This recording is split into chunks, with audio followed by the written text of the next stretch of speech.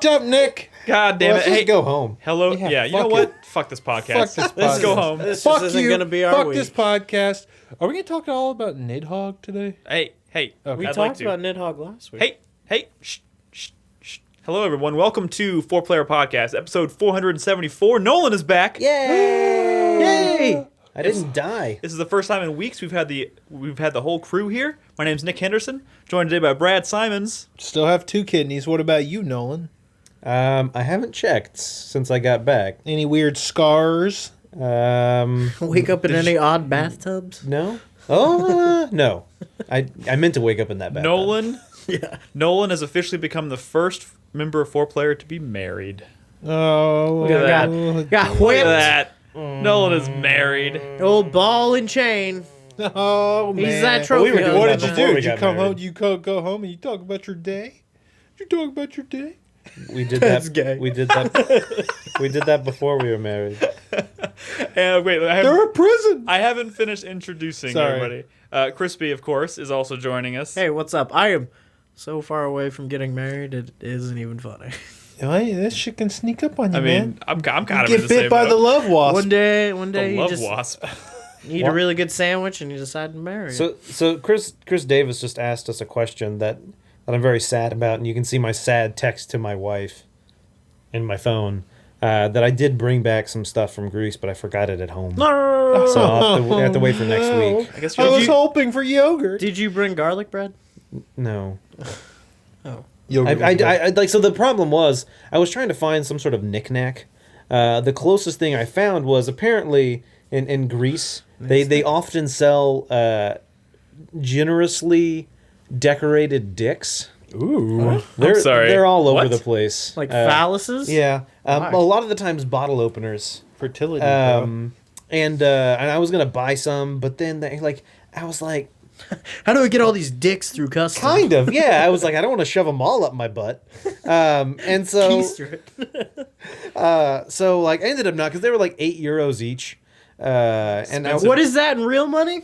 it's like right now. €8 and or $8.10. That's bullshit. That's some bullshit. No, it was funny though. The whole time we were there, I kept saying like, I don't know how this works in non-American. Is money. that where Joseph got his Like in this- his black dick ball opener? Maybe. Do you remember that? Yeah, maybe. I don't know. But yeah, and I was like, that's not super practical. Like they'd laugh, and then like a year from now, they'd be like, why the fuck do I have this? So I ended up not getting them. Hey, Diamond Eyes just subscribed, and I Can I do a think sound effect I wouldn't be on our Get the surprised. screen? sound effect out there. I wouldn't be surprised at all. That scared the shit out of Chris Davis out there. 'cause I don't Probably think turn down those speakers. We need to not maybe. I don't know if we should Do you think he call those out during the podcast, Yeah, because that sure. could get a little. I know. Yeah, we'll see. Do you- So yeah, I ended up not. So I just got some snacks, some like baklava and some kafka. some snick snack? Yeah. The funny thing was while we were buying that stuff, should I talk about Greece now? I mean, Sure. Let's hear a little bit about Well, we Greece. wanna hear about try- Greece. We haven't seen you in forever. Yeah, I'll try and quickly go through it. So we started in Athens. Hopefully you brought slides. Yeah. Athens. Do you have your PowerPoint presentation? We were there the shortest amount of time. We didn't do a whole lot, and we saw the. Parthenon? Yeah, the Parthenon. I know what it's called, but then as soon as I was about to say it, I'm like, it's Parthenon, not Pantheon, right? Yeah, Parthenon. Get your shit together. Pantheon. No, the Pantheon is a collection of gods. The Parthenon is the building. Let's just say that the Parthenon There's is one in in the. Rome and one in Greece. Oh, well, then I have no idea. Oh no! Well, then the Parthenon Pantheon's is in in- Greece and the is in Parthenon's in Rome. Rome. Yeah, you confuse Okay. me. The Pantheon. Can we just say that the Parthenon is in the pantheon of great places? not. Can we Shut just skip? shut up, shut the Can we fuck just up. skip to the part where Shut Nolan up. peed himself? So, Damn it, Nick. Hold on. That's like the last day of the trip. So, The best. we day. started in Athens. Our hotel was right by the Acropolis, that whole area. So we had a private tour. It was really nice. I didn't realize how fucking big that place is. They never do. Yeah, and it was really fun. Bernard and I are very historical people, so we did that. Our hotel was right by a bunch of like a market area, so we kind of walked around. You know, they're very aggressive at selling things there. Yeah, pretty much but it was fun. And so then we took a plane from Athens to Mykonos. Mykonos is a party town. The thing is, that Did y'all Mykonos- party?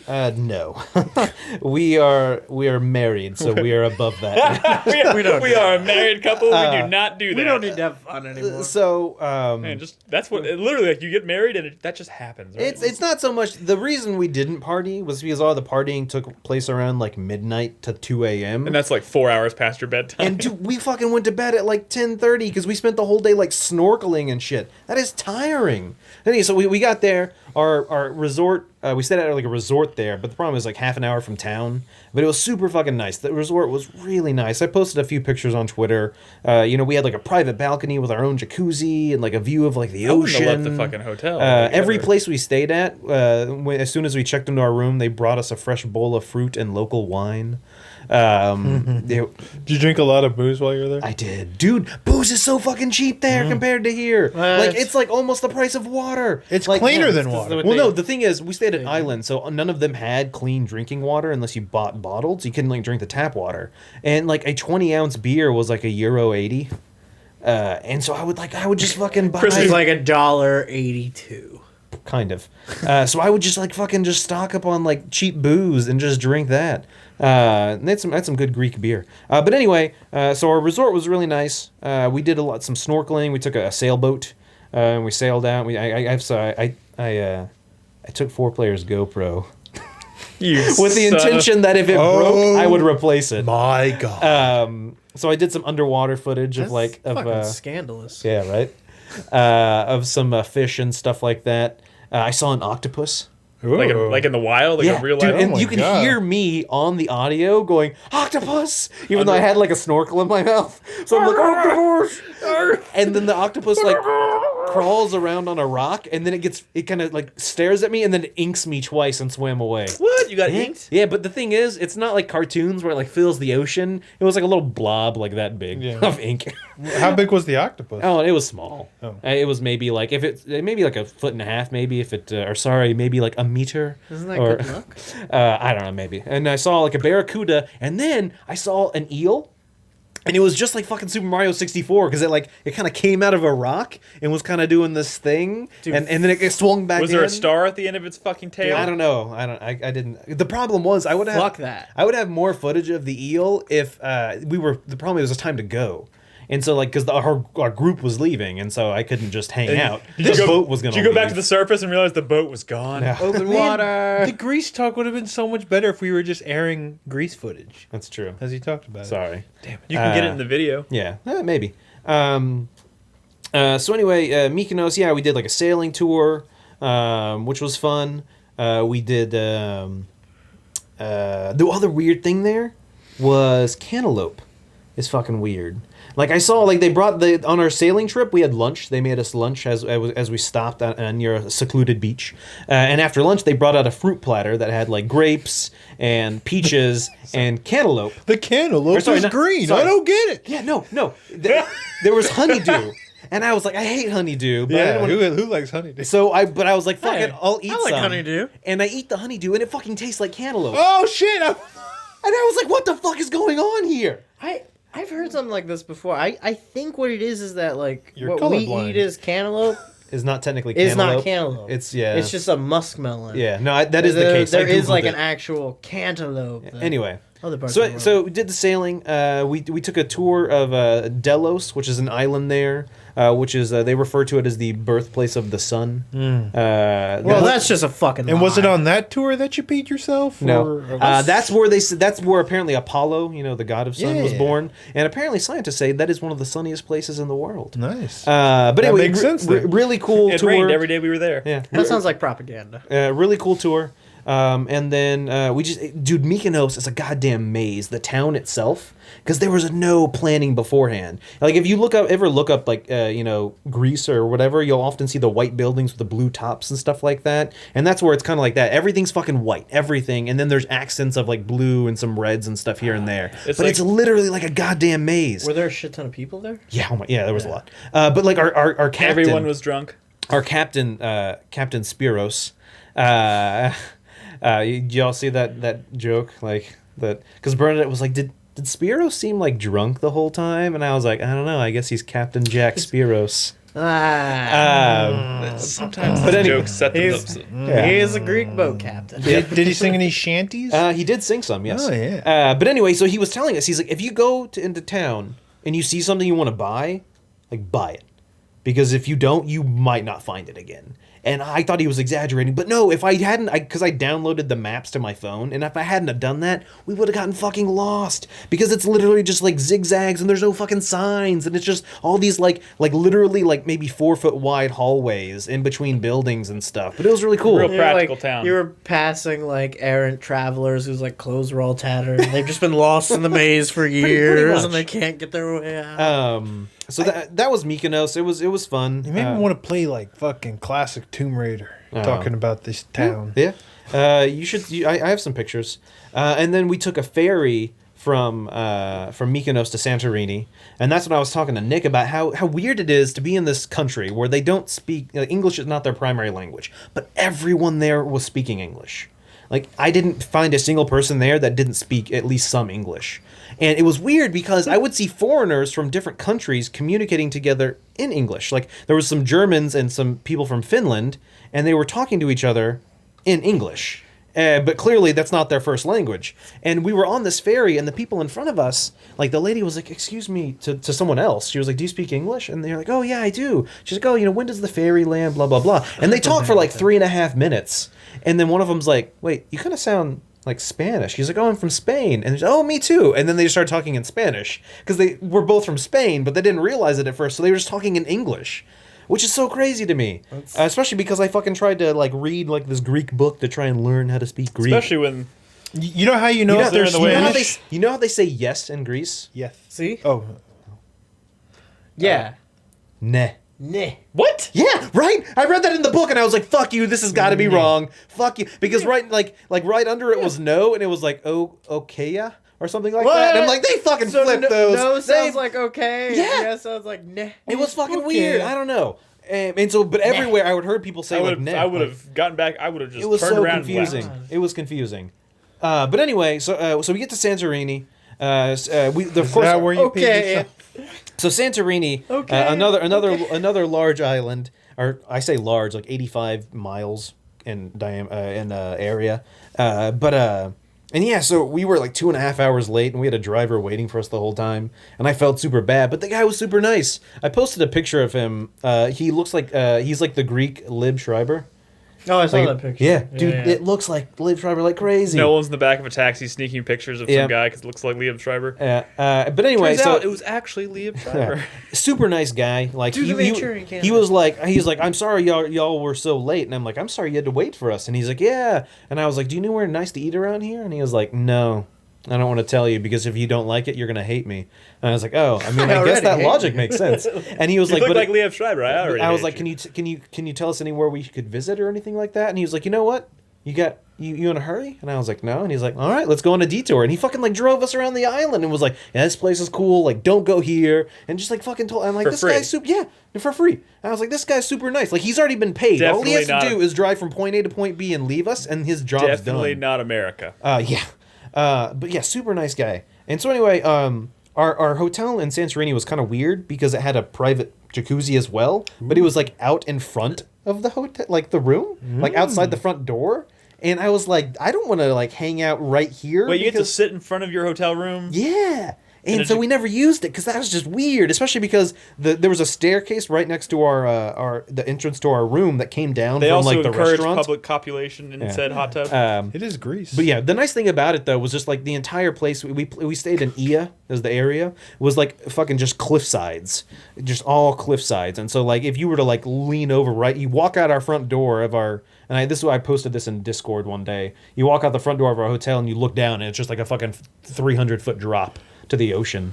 That seems dangerous. But yeah, so while we were there, we did like a catamaran tour, and there was unlimited wine on the tour. So it was like a 5-hour thing, and like this You one had a little lady. too much wine. God, no, I had like maybe 4 or 5. I definitely wouldn't have driven, but I was fine. But this one lady on our tour got super fucking trashed, and I was like, fuck, she's American.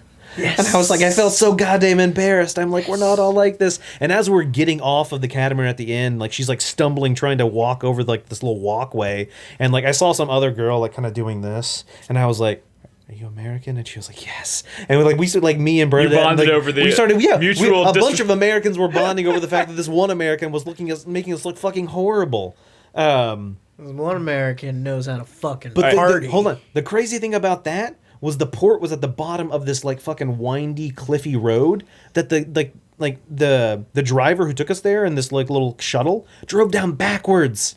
The whole way down, like going like 30 miles Like an in hour. reverse? Yeah, in reverse. And he's just like on one hand on the wheel going down. There's cars on either side of the road that only fits one vehicle. And he's just going down backwards. And all his passengers were like, what the fuck, is this normal? And apparently it was.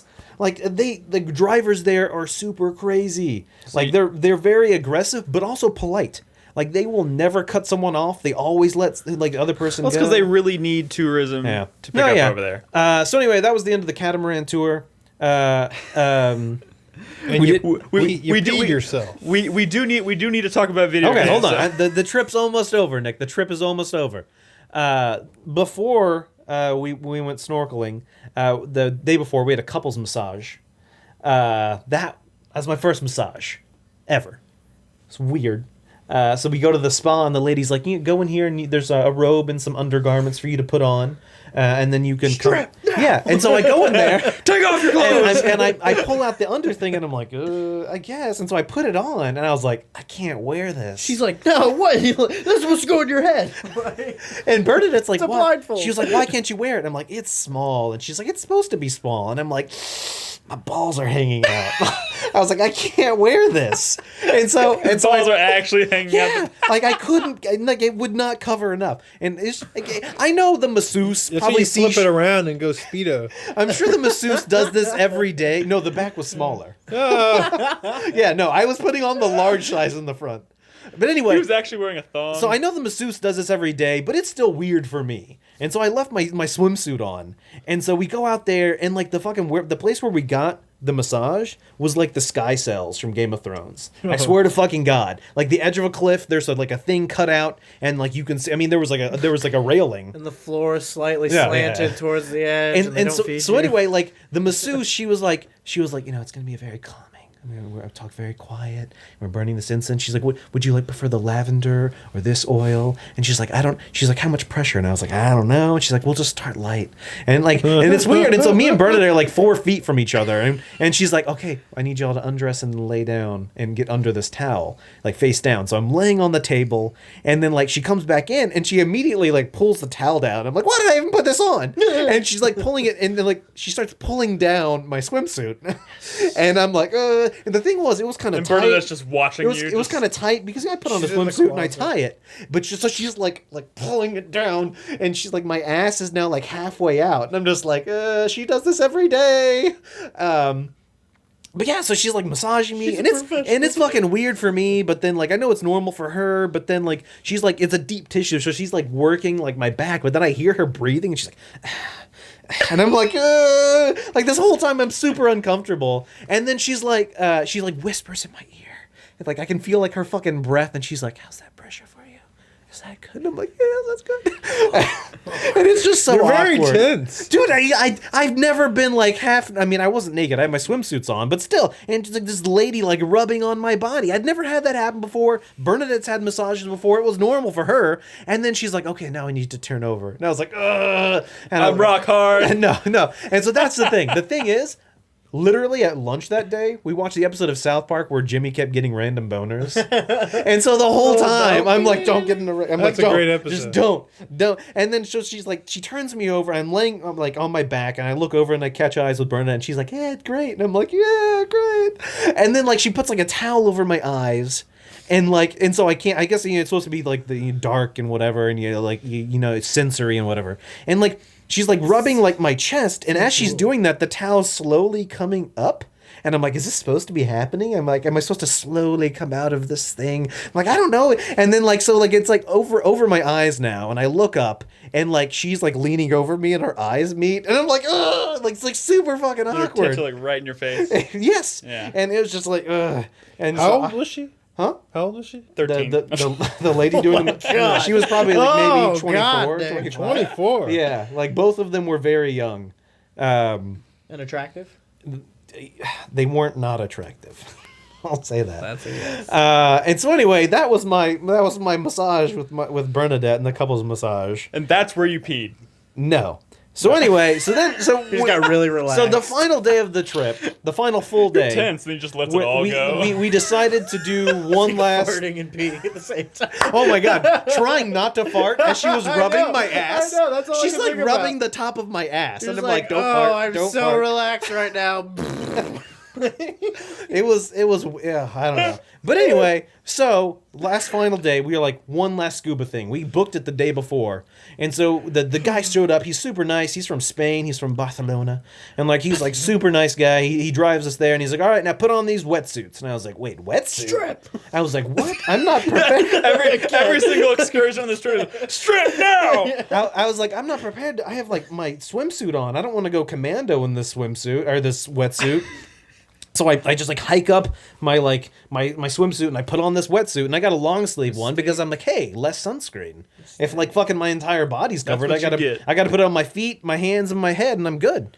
So we put on the wetsuits and then we go out and we're swimming and it's like a 5-hour scuba snorkeling excursion that we didn't do scuba and like an hour into it I'm like I really gotta fucking pee. And Bernadette's like, I've already gone in my suit twice. And I'm like, what? And then I'm like, I guess so. We're going to be out here for a really long time. And so, like, water had already gotten into my wetsuit. So I know water flows in and out. Which makes the fucking James Bond bullshit when he fucking unzips his wetsuit and he's got a pristine tux underneath. Fuck you. He's got a special wetsuit. Okay.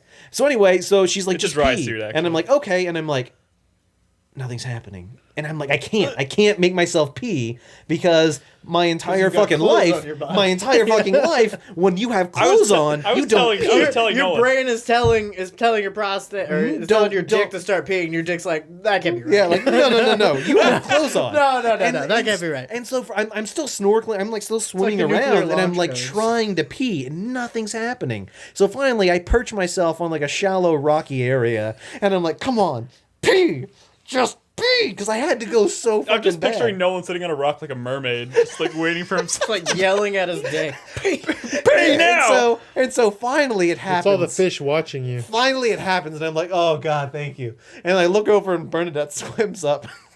And she's like, hey, isn't this fun? How's it going? And I'm like, I'm peeing. And she's like, ah!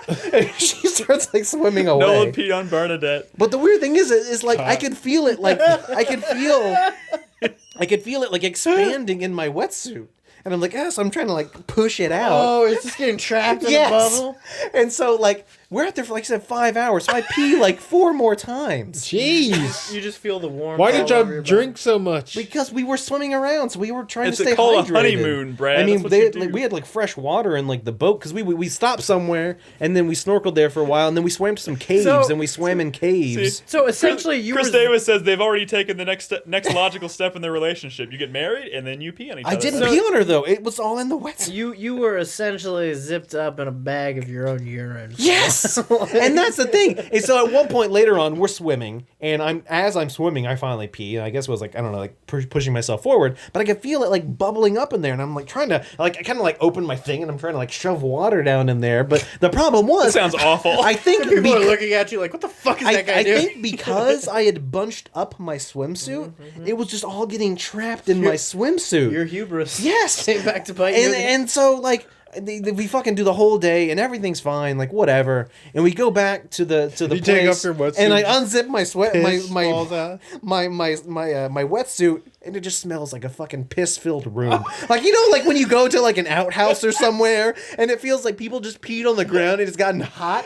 And that's what it smelled like. It's like when you walk into a restaurant at work and you're like, Yes, exactly. No, and I'm it's like the stairwell at the parking garage in San Exactly. Antonio. It packs out. Exactly. It That's just what smells it's like. Hot piss. hobo piss. Yes. And so like I fucking like unzip it and that's all. I'm like, oh my god, are people around? And so I zip it back up and I'm like, ah. And so they had a shower. It's like I'm like, oh, I'm gonna shower off. And I like ran in there and I'm like getting out. I'm like trying to fucking like the wetsuit's stuck on my fucking body because I got the fucking leg ones. I couldn't do with the short ones, so I'm trying to fucking pull it off. All that and, like, hubris. And then like I go in there and like Bernadette's like helping me fucking pull off the wetsuit. And like she apparently didn't smell anything, but I smelt it like crazy. No, and she had some- smelled it. It was your shame. They had some like soap in the shower, so I'm trying to fucking wash my fucking Soap? swimsuit. Yeah. Like Greek soap. It's not really that clean. Yeah, sure. And so anyway, But He you did walked air around quotes all with day. you. so the problem was after that excursion, we had planned on walking around the town, and all I brought with me was my swimsuit. And so I tried to wash it off, and like as I'm walking around, every once in a while I'd be like, "Can I smell myself?" And I was like, "Bernadette, smell me." I was like, "Do I smell like piss?" And I was like, I didn't.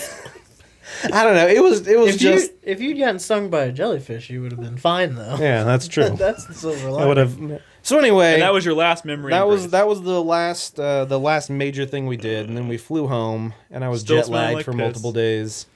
And Well, yeah, well, welcome back. thank you. It was I will say if anyone's ever thought about, hey, maybe I'll go to Greece, maybe not, do it. It was fan-fucking-tastic. I didn't regret a minute of it. Everything that could have gone wrong went right. You said do it. Yeah, do go to Greece. Oh, it kind of sounded like you said maybe not do it. No, I was saying definitely do it.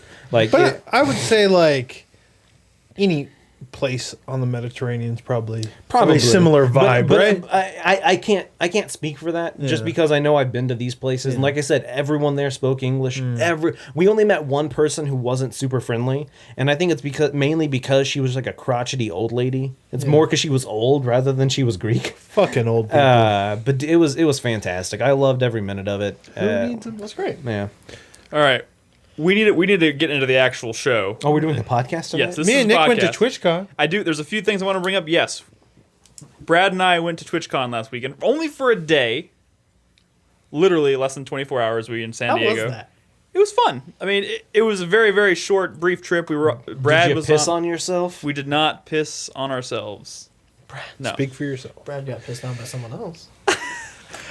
Brad was actually part of the Twitch OG panel at TwitchCon, which was cool. It was a lot of fun. I was in the audience, but that was a lot of fun. So I guess first of all, I want to say thank you to the people who organized the panel. Chingy 1337 was the one who kind of planned everything and hosted it and moderated it.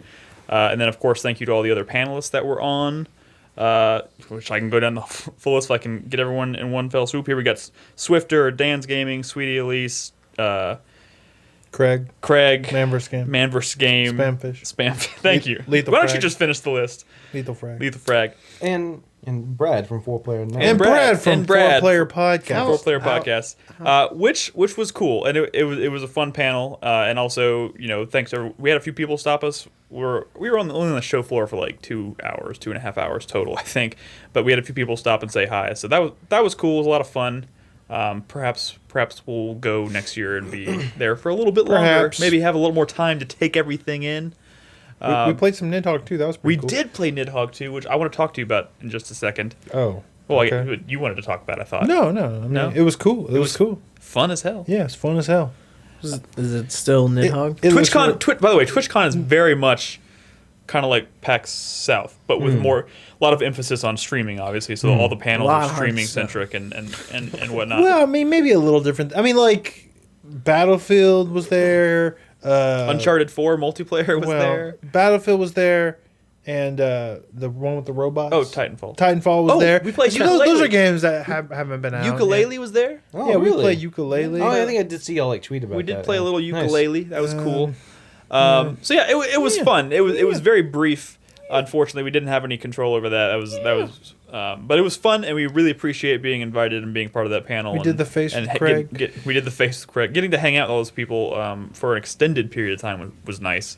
We don't usually get to hang out for that long when we see those people, so that was a lot of fun. And I think I would like to get that panel posted on the site, so if anyone missed it, they can go watch it. I just got to see what the best way to go about getting that video up is going to be. But check it out. It was fun. I also want to mention our Discord.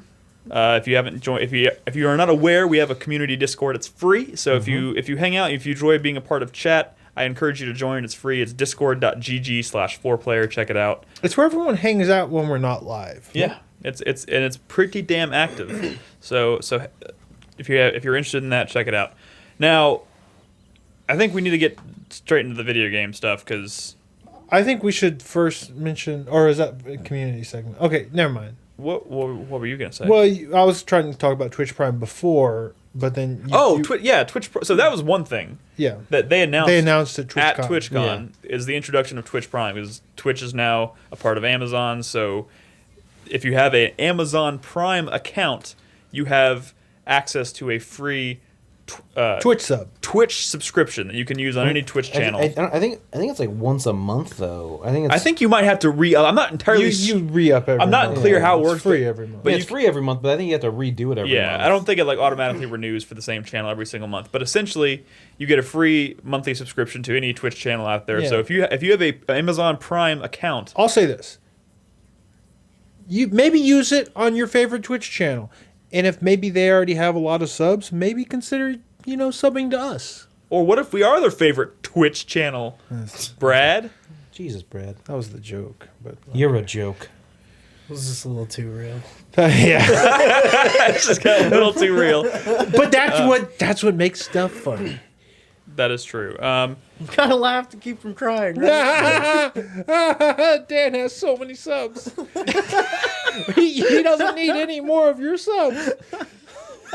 Oh my god. Just no fucking shame. PBT Slappy subscribed today without Twitch Prime. Oh, thank you. He's the real MVP. Real MVP. Yeah, he was around when I was playing Forza, Nick. Forza. Oh wait, shit. We do the fucking feedback. I'll do that. I'm gonna do that at the beginning of the next segment, just because we spent a lot of time talking with Nolan about Greece. So let's go ahead and I'll open the next segment with the podcast comments. Let's do some impressions of stuff. Okay. You played This Forza. is my impression of the dude from Heavy Rain. Aragami killer. You're the worst. Speaking of which, I've been playing Aragami. Aragami? Aragami. How do you say that? Aragami? Aragami. It's like origami, but with an A. Aragami. Like the dude from Heavy Rain. That's exactly what it says. Aragami. Aragami. All right, let's talk. Tell us about Aragami. This is a new stealthy ninja game. It was kickstarted. It was called something different back when it was kickstarted. I believe it was kickstarted. Chris Davis was this kickstarted. Twin Souls, it was called Twin Souls back then. It was a successful Kickstarter, and it's kind of like Tenchu-y, Mark of the Ninja-y. And is this the game? Not successful. This is an unsuccessful Kickstarter. Well, it got made anyways. It's out. It is pretty cool. This is a ninja stealth game where you use your powers of the shadows. You're basically like that shadow dude from Naruto. Mm-hmm. You know what I'm talking about? Shikamaru? I don't watch Naruto. Shikamaru. So he has like this blink-like ability, which is very Dishonored, but he can only use it to dash into shadows. So even if there's a little shadow like from like a lamppost, he can dash into that shadow. And it's a ninja stealth game, much like a Tenchu, but you have these shadow powers. Is the fucking glowing orb around him not giving him away? Well, no, that's just like his. That's not. Oh, that was a very Tenchu stealth kill. That was cool. Again, this game is very Tenchu in that you're a ninja sneaking around, murking dudes. I'm wondering if this is the game that was. I think a few of y'all brought up at E3. There was a game that was reminiscent of Tenchu, and I'm wondering if this was it. I don't know. I probably was. That. Yeah, I know the one you're talking about. I never ended up It was isometric. So no, this is not. Oh, this is not. This is totally different. So he can also create shadows. Which he has sort of this energy meter that you have to manage, and if you look closely at his cape or sash or whatever, that's kind of like his power meter, and as long as he's in the shadows, that'll recharge, and the blink uses a little bit of it. Creating shadows uses some of it as well, so it's kind of a timing thing, and you have to manage the meter. Like I can create a little bit of shadow, blink to it, and then blink out of it to another shadow, because my blink could not reach that regular shadow, you know what I mean? So you might have to create little points like stepping stones, shadowy stepping stones. But is this a game where it's just like levels with enemies in it? You have to eliminate all the enemies, or no, is it a story? No, there's a story. I mean, it's level design. very similar to like something like a Tenchu, where you're trying to get to a certain point or whatnot, and you're navigating this environment all stealthily, and it feels really cool to be able to like zip around via the shadows. Like it's a very satisfying mechanic. I mean, I don't know how there's a skill tree. You do get some skills and whatnot, but this is a very stealth game. Like if you get spotted, you're dead. There's no combat. You're gonna fuck unless you can get away. You're gonna die. Yeah. So this is like a pure stealth game, but because of that pretty satisfying mechanic, which gives you a lot of like freedom to kind of move around and do something like, say, a guard's walking past, you create a shadow behind him, dash into it, fucking kill the dude, and get out of there. Mm-hmm. It's pretty cool. Like I have now ability to like get rid of corpses or whatever. So, but is this game? Would you describe this game as like? I mean, it looks pretty solid. Is it like technically sound? Because you talk about it as like an unsuccessful Kickstarter, so I automatically think of trouble development. So I'm wondering, is this? No, I mean that. I mean, sometimes Kickstarters just don't work out, and they just get a publisher and do it like any other way. But no, I mean this game seems perfectly well made. Yeah, it's actually pretty fucking fun. I mean, there's not a lot of cool fucking ninja games. I mean, there's Mark of the Ninja, but like this channel's Tenchu in a way. See how I kind of use that as Shadow as a stepping stone. Yeah. It's really kind of satisfying here. Did Chris Davis just ask a question? He was asking if the game incentivizes you in any way to play it like a pacifism. Oh like, yeah, no. I think you need to move your mic. No, like there's ratings at the end of missions, just like Tenchu, and it's really satisfying when you get like an S rank because no one even knew you were fucking there. Yeah. Also, like level design seems pretty good because all your skill trees are you need skill points for your skill trees, but all those skill points are found via scrolls in the stages, and they're pretty hard to find. Or you'll see like a little hut that's guarded by a couple of dudes, and you got to figure out, okay, how am I going to take these guys out so I can get in there to get that skill point? Because your collectibles are directly tied to the skills that you get. Like and the skills seem powerful, like the runes in Dishonored. Like the runes in Dishonored. Yeah, in Dishonored they had runes that you spent to upgrade your powers, and you had to find them all. They were all collectible. And they had like a meter, like every level. It's just been a while since I played. Kind of like practice. I started playing again. Yeah, it's really it's like that. Yeah. Dude, this looks. You're getting ready for Dishonored 2? This does kind of look like Dishonored, but obviously it's got that Tenchu. I mean, it looks like Tenchu meets Dishonored, which honestly sounds dope. It's pretty dope. It's pretty dope. Like for like an indie developed unsuccessful Kickstarter, like I got this thing off Green Man Gaming for $14 and change. Nice. And like this thing is kind of a blast. Surprisingly cool level design. It's getting a little more complex where I'll have to find kind of these certain areas will be blocked off with light, so I'll need to like kind of disable the light barriers or whatever to access other parts of the level. But I didn't explain fully. When you're in the shadows, your meter recharges. If you're just in the moonlight, it'll stop recharging. But if you're like in torchlight, it'll actually drain your shadow power. So if you get stuck and you kill a dude and you're being lit up by a torch, you can't dash out of there because you need energy to do that. So you just gotta fucking haul ass and find some shadows.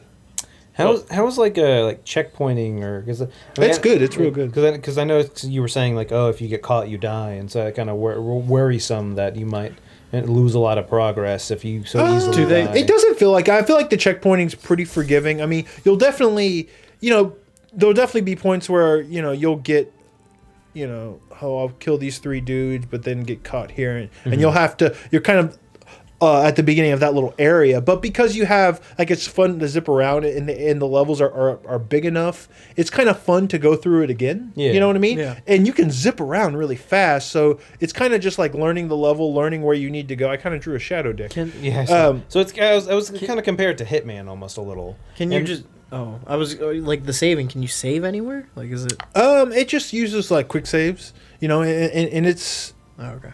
I mean, I'm sorry, it doesn't use quick save. It auto saves like a checkpoints. I mean, it just okay. but you can't open a menu and say save at this point. No. But like it's pretty. No, for sure. So like this dude, normally I would just like create a little shadow behind this dude, but you can't do that in Torchlight. So the only way I can do that is to actually sneak up behind him legit, which I'm kind of. I'm like, why can't I paint shadows? And it's because I'm in the moonlight.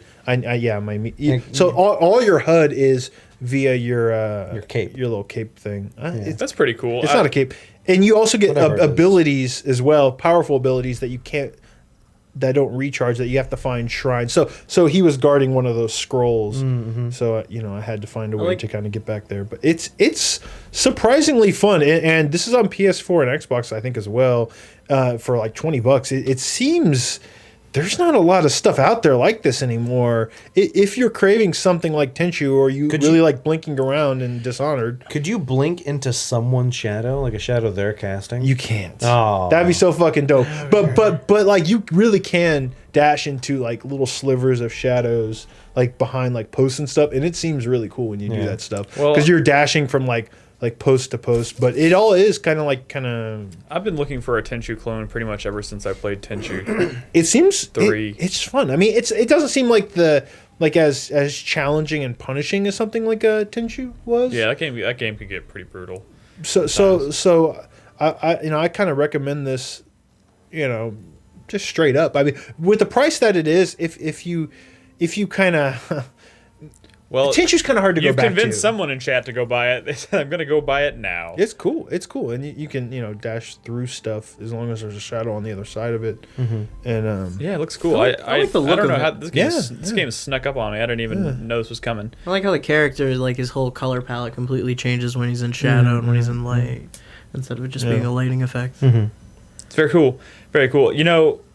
This is only very slightly related because we're talking about stealth games here. I just wanted to briefly chime in and mention that I had my first semi-successful session of Deus Ex last night. Where I didn't hate it entirely when I finished playing it. I predict this will be your game of the year, Nick, by the end of it. No, I don't think so. How far did you get? I've got to the point where I can leave Prague, I guess, or leave. I can get on the helicopter and go somewhere. Okay. I guess I'm doing some side missions and shit.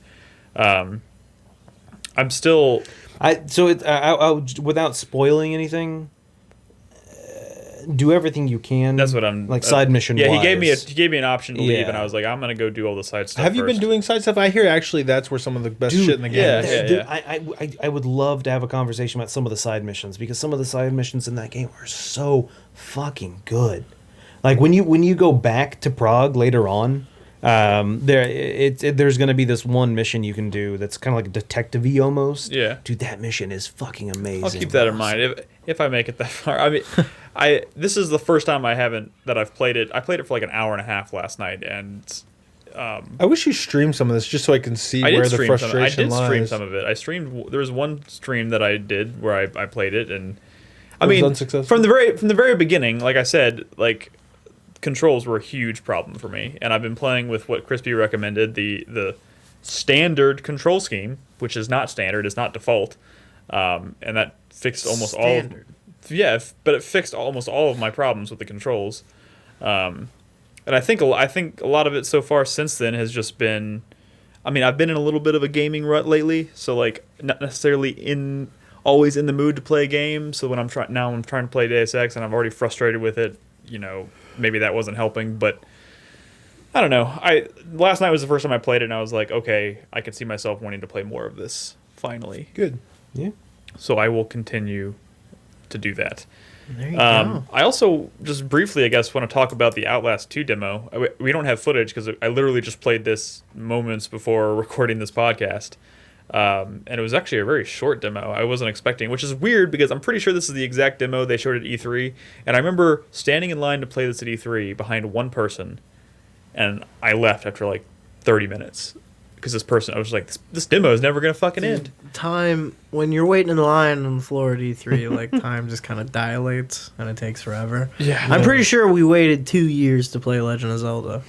No, dude, that is the funny fucking thing about Legend of Zelda. Well, yeah. That had the longest line of E3, and I feel like it was the quickest huge moving line. fucking line I've ever been in. It was a huge line, E3. but like it moved, but there was a lot of ground to cover, so it still ended up being a long time. But when we were in the Xbox booth waiting to play like We Happy Few and I played God of War 3 at E3 Bloodstained. back. There was that one day a long time ago when it was like the last day of E3. We're like, we're gonna pick a game that none of us really want to wait in line for, but we're each gonna pick one and we're gonna go do it so we can talk about it. And I got stuck with God of War 3. I wasn't even super you got excited. stuck with God of War. Dude, I waited for 3.5 hours to play God of War That's 3. ridiculous. How was it? It was God of War. I think you played God of War Ascension, actually. No, that was not Ascension. No, I did would not wait. suck. I did not wait 3.5 hours to play God of War Ascension. Now, if this was the new God of War, I would have been totally fucking pumped to wait in line for that. But, that's neither here nor there. The non-open world God of War. But I played Outlast 2. Don't talk about it too much, I because don't want to give anything away. after the podcast, me and Crispy will be playing through it. Is it scary? Uh-oh. Nick screamed a lot. Well, here's the. I mean, You're a wuss. no. Here's the thing. Like I was playing with but so are Nolan. We were talking over it. We were pointing things out, laughing about things. Some of the tension gets drained out of it. When that happens. I think Nolan scared me more than the game because who didn't see that coming. But I definitely got the sense that yes, this is absolutely a game I look forward to playing, especially with headphones. It was a little spoopy.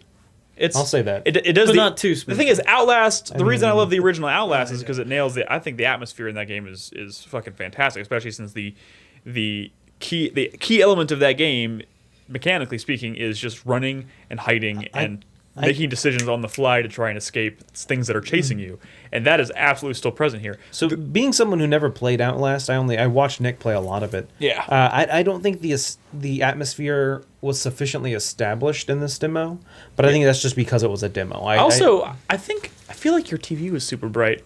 Like there were things that, like I feel like you should have normally been able to like just barely make out in the darkness, because the whole thing with the game is you can pull out like a night vision camera. But when you put it down, you shouldn't really be able to see I don't know. When you anything look down much. that hallway and like the lockers and stuff, it was Yeah, pretty but like dark. when we were outside, like before you go into the inside area, you're like walking around outside, and like I feel like it was supposed to be super, super dark, and there's like you can see people every once in a while. But you were looking at them through a night vision camera when you No, saw there was a them. time I turned the night vision camera off, and I was like, I can still totally see Because he was him. standing under like a lamp or something. No. Let's stop talking about this. Point is, I don't It know. opens There are with, lamps in the game. There are lamps. I gotta confirmed. say, Nick, it opens with the whole fucking brightness meter when it says, "Hey, do it so you it didn't can't see actually. the fucking man. Make did- sure you it didn't, set it right." It didn't actually ask me that. No, that That's was how the it screen we were started. on when That's we how started. it started. Oh. Yeah. Your eyes are dumb. Oh. Anyway, You're dumb. Can't fault Like the I said, demo for we've not been having a talking about brightness Fuck setting. me. I'm still super excited. The one thing that I took from the demo that I didn't necessarily see coming was that it seems to me like they're going to be doing some stuff which they didn't do in the first one really with like fucking with your mind, which they didn't really do at all in the first one. The first one is pretty straightforward. This one seems like they might be messing with a little some more out there. Maybe doing a little. What is it? Non-Euclidean geometry kind of stuff, like that kind of.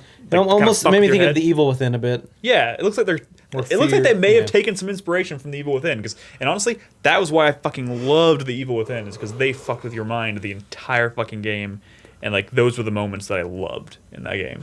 So, I loved Outlast 1. I love Evil Within. If you can get a little bit of both of those together in one game, seems pretty sweet to me. Yeah, check it out. It's on the PlayStation Store. I think it's on the Xbox or the Microsoft Store as well. And I think it's only available until the end of the month. Yeah. So it's timed fairly expensive. fairly short demo. It's like 15, 20 minutes. So you can get through it fairly quick. But I would encourage people to check it out. Hey, Nick. Yes. Yes, Brad. Would I'm sorry. What? Just stop, Brad. Just stop. Great transition. Yeah. So speaking of, I wanted to briefly mention Hitman. Oh yeah, you played the new episode. The two new, because I never played Bangkok because it came out right around my wedding and I was busy, and then I went on honeymoon. So I played the episodes 4 and 5, Bangkok, and then Colorado. which kind of just threw me for a loop because they're like Paris and Sapienza and what was Marrakesh? No, Marrakesh? Yeah, that sounds right. But whatever it was, and Bangkok, and then Colorado. Yeah. And then the next one, go Japan. somewhere in America. Yeah, no, I know. So anyway, I don't want to talk about them for too long. But they were both good. And like the frustrating thing with me in this new Hitman game is I don't know why I don't like it more. Because Does that make sense? We've had this conversation though. I think it's because the way they're releasing it. I know. That's why I'm waiting. No, and I think that might be a good idea because everything I've played, I fucking love playing it. It's like I find things to do in the world. I'm like, oh shit, this is crazy. Like, just imagine if you could play that game, you could finish a level, and then instead of having to stop, you could just keep going. But that's not even what it's about. Like, I kind of want to go back and replay levels I've already done. After you finish the game, though. Yeah, I guess so. So I don't know. Like I think it just might be a situation where I've like Nick was saying, I've kind of been in this weird gaming rut lately where some games I don't really want to play. And like, but that being said, like there's 4 Hitman levels, 5 now that I can still go back and play as much as I want and do them in different ways and stuff like that and figure out the secrets. But god damn it, Nolan, like, let's not have this conversation. Hitman Blood Money was hard. I know. This game seems too easy. Yes, I will say they give you more tools that can make it easier. Yes, but anyway, let's not talk about that. I definitely enjoyed the 2 episodes I played. They were really good, especially Colorado, right? Colorado was pretty good. It was interesting. I don't know. I don't want to explain anything about it. That had the most targets. There was 4 targets. What in is the the level. actual setting in Colorado? There's this compound. They're smuggling drugs and stuff, and you're kind of following this trail of information, and it leads you to this compound. Based on the game's story, and so you have to take out these 4 like leaders of the place. Can I ask you one question? Now that you've played 5 episodes, 5 episodes now, yeah, would you say like these seem like really well designed levels? Jesus Christ, they are. Yeah. They're big, huge. Yeah. There's lots of like hidden doors and paths and all this and that. Do they have the charm of like a memorable Hitman level? I mean, you said Colorado, and I'm thinking, like Playboy Mansion up in the mountains. Like, is there anything? Any hillbilly weddings? Hillbilly weddings? Yes and no. There's definitely some stuff. Like I said, the problem is I don't think I've been exploring the worlds enough. You know what I'm saying? Yeah, they're really big. Yeah, because they are big, and so there are like people like who were standing around having conversations and stuff like that, and things going on, and I don't think they've explored them enough to the extent of Blood Money. I don't think so. I don't think there's been anything that crazy. No, I don't think it captured that spirit, but it's still fucking good. Yeah. But the main game I wanted to talk about tonight was an indie game that I had never heard of, and I just got an email from the dev a while back, and they were like, "Hey, we have this game at E3, check it out." And I told not E3 at PAX. I don't know. TwitchCon, something. I think it might have been PAX, whatever. Yeah, I think it was PAX. And I think I texted y'all and I was like, "Hey guys, check this out," and y'all didn't. So anyway, they sent me a code, and so I downloaded it and I was playing it the other day. So it's Serial Cleaner. Not serial killer, serial cleaner. You work, but there's probably a connection there. Yeah, it's so you kind of like work for like the mafia, and it's your job to go in after things. You're the guy that shows up to clean up the fucking corpses. Yes, but the problem is you show up always after the cops have shown up. So the cops are already there investigating murder scenes. So you're trying to clean up a crime scene while it's being investigated by the police? Yes. That seems like you're really bad at your job if you're showing up. So the whole game it's kind of it's an isometric. I don't know what the best way to describe it. Yeah, we do. Roll that footage.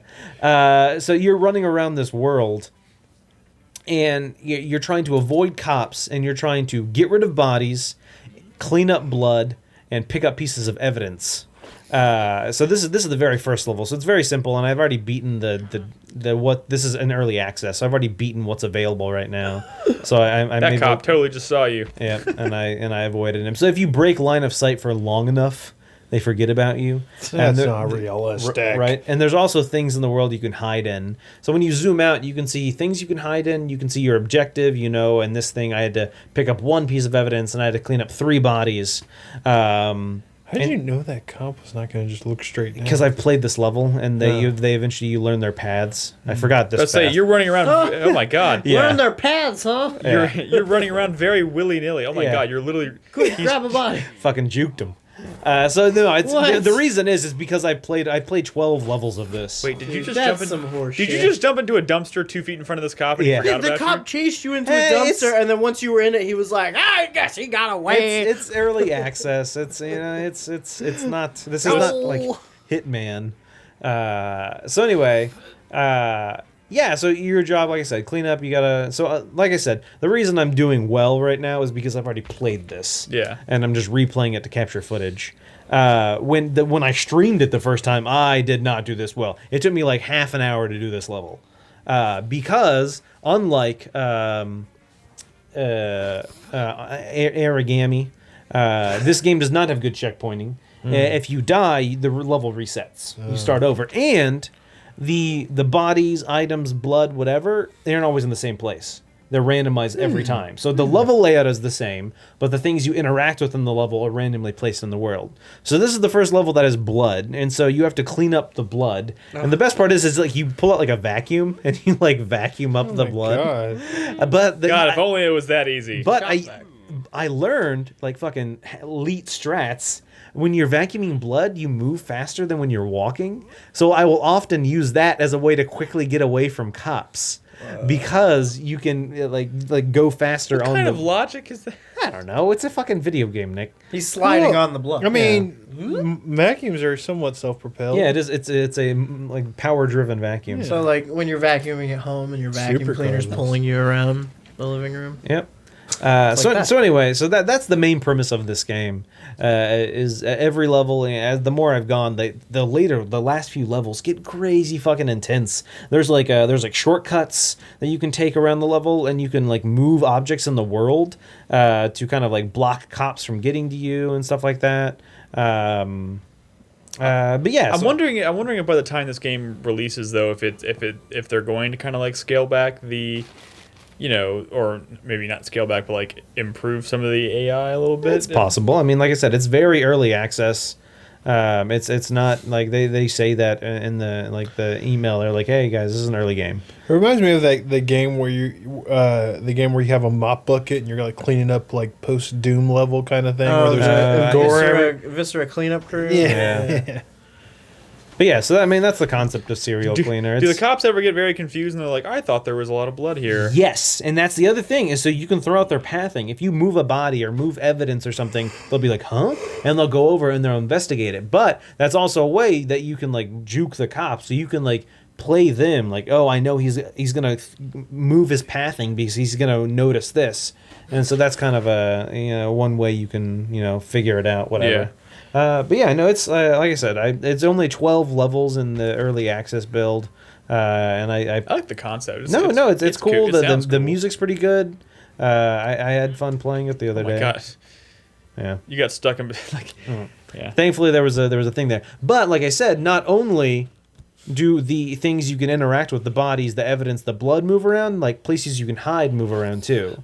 So you can't ever just go into a level and plan your path because you've played it before. The only reason I'm doing well is because I've kind of got a core understanding of the mechanics of the game. Yeah. And so I was able to, get through it a lot quicker. But like I said, this took me I think it took me 2.5 hours to get through those 12 levels. Jeez. Yeah. So it's definitely, like I said, the later levels get this next one. I think you're in like a high-rise building, and so disposing of the bodies is you like throw them out the window. Nice. That's the funny thing is every level you kind of do it differently. Sometimes you got to load them in a car. Sometimes there's one level where you like throw them in a lake. This one you throw them out the window of this building. Is this some sort of like Hotline Miami commentary? It kind of feels like that. I mean, it made me think of like Party Hard. Just like I guess that's just the style. But yeah, no, like you said, it's similar to like Hotline Miami. You're walking into a building. There should be a mode where you can just fucking murder the cops. Does your blood vacuum not make any noise? No, it doesn't. It's a Swiffer. Yeah, It's your blood Swiffer wet jet. Yeah, exactly. Oh man. Cool. This episode of 4Player Podcast is brought to you by Swiffer Widget.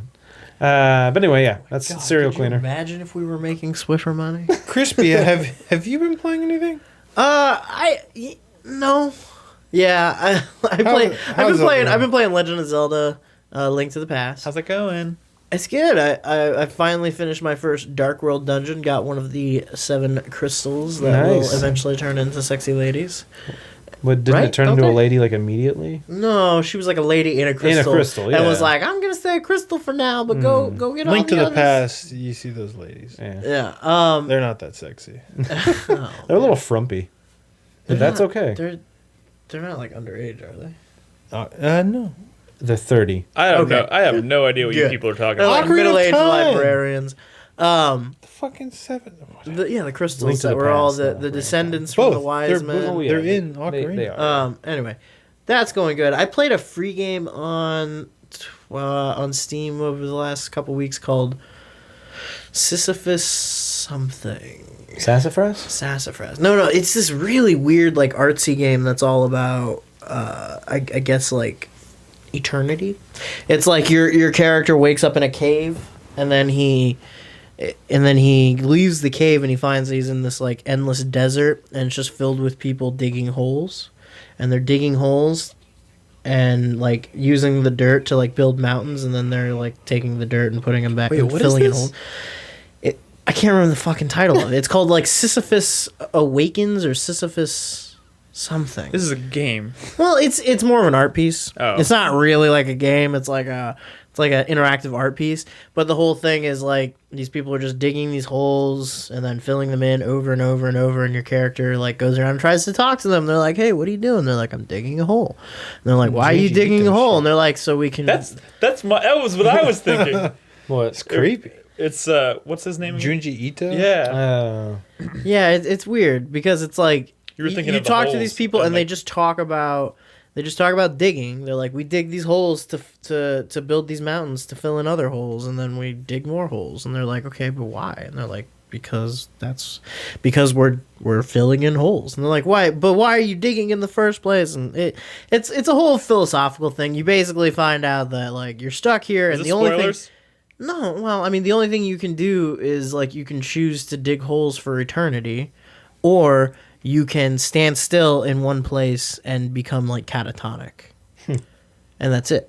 And then this guy is like, well, fuck that. He's like, I gotta do something. I gotta find some way out of here. And you meet a guy who's, like, been there for all of time, basically, and he's like, I've walked this whole desert. I always end up back here. I've dug hundreds of miles down and only found like impenetrable bedrock. There's nothing here. It is eternity. It is infinity. You are going to dig forever, or you're going to cease to exist. So, what do you want to do? That sounds deep. It's about it took me about 45 minutes to do the whole thing. It's for free. If you go to Steam and type in Sisyphus, it'll come up. It's really weird. It's really interesting, but it has like kind of a cool ending. Like. It was interesting. Interesting. But it's not really a game. But it's cool. So last week Virginia, and now this. Are you going to be like the art piece kind of guy on 4Player? Sisyphus Reborn. Yeah, that's what it's called. Oh, it's the remaster. Yeah, the remaster. Yeah, the HD remake. It's cool though because it's all hand drawn. So it looks it has an interesting movement to it. There's a game that just came out on a PS4. Maybe you could try for next week. With your artsy-fartsy segment or whatever. What's it called? Like Wheels of Aurelia or whatever, where you're just like driving you're driving a car with another person, just having a conversation.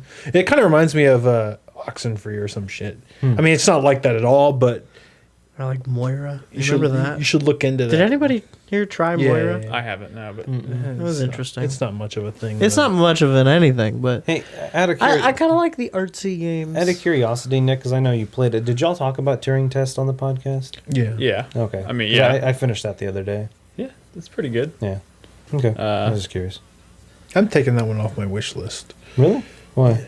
It's a good puzzle. It's a solid puzzle game. I don't have time for all this shit. It's not that long. Yeah, that's the reason I played it, is because I knew I could finish it fairly there's quickly. all these games coming out. I'm trying to play a lot of them. Then I have this wish list of all these games that I want to play.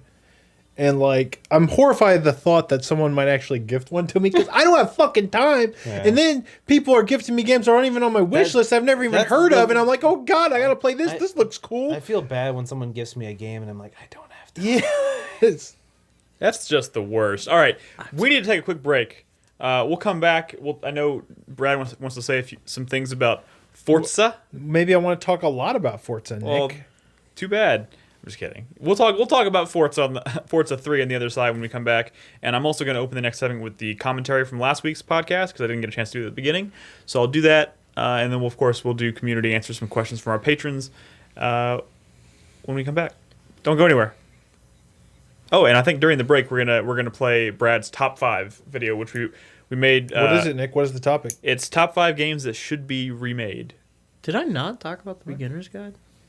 I think you did a long time I ago. thought I did. Anyways, Anyway, we're gonna air this top 5. It was made available to our patrons earlier today. We're gonna make it. We're gonna air it right now during the break while we chill out for a few minutes. So when we come back on the other side, we'll talk about Forza and do all that stuff I just mentioned. So don't go anywhere. Goodbye.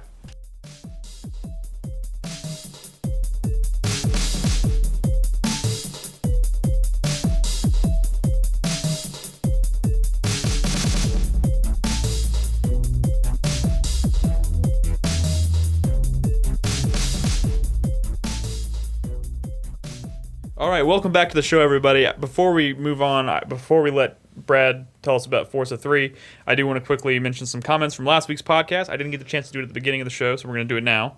Bring it on. There's not a whole lot of comments, but I'm gonna read a few of them. I believe this is referred to as feedback. This is feedback, yes. Last week we had talked about Haiti, Virginia, Diablo 3 are some of the big topics of conversation. Our first comment comes from Haste. It's a really long comment, so I'm not going to read it word for word. I'm just going to kind of do my best to summarize. And he was talking about, because I had expressed some, like I mentioned before, earlier in this show, I've had some trouble getting into Deus Ex. Mm-hmm. Mm-hmm. And he likens this to kind of the same way he feels about Mirror's Edge Catalyst, which I would still highly recommend going back and giving that game another shot. But essentially, what his comment comes down to is that he has trouble connecting with Mirror's Edge Catalyst and games like Deus Ex Mankind Divided because of the environments are like super realistic and abstract, super futuristic and like abstract in the way they approach their environments and whatnot. Yeah. And he said like the more recent Call of Duties have had the same issue, and he's having trouble getting into these kinds of games, maybe because he doesn't relate to them in the same way, because they're not familiar enough. They're like super abstract, futuristic cities, and maybe he doesn't like that. Yeah. I don't know how y'all feel about that. I don't know if Deus Ex is necessarily a great example of that, because those are super. Ex is pretty down to earth. Yeah, those are super. Like there are certain, like when you pull back in that environment, like you see, was it China, Shanghai, that had like the city on top of a city? 2 layers. Yeah, like that stuff is super futuristic, but like you look at like Prague and Mankind Divided, and that is just a town. just a fucking town, essentially. The stuff that they try to make look future in Deus Ex, though, isn't always... Okay, sorry.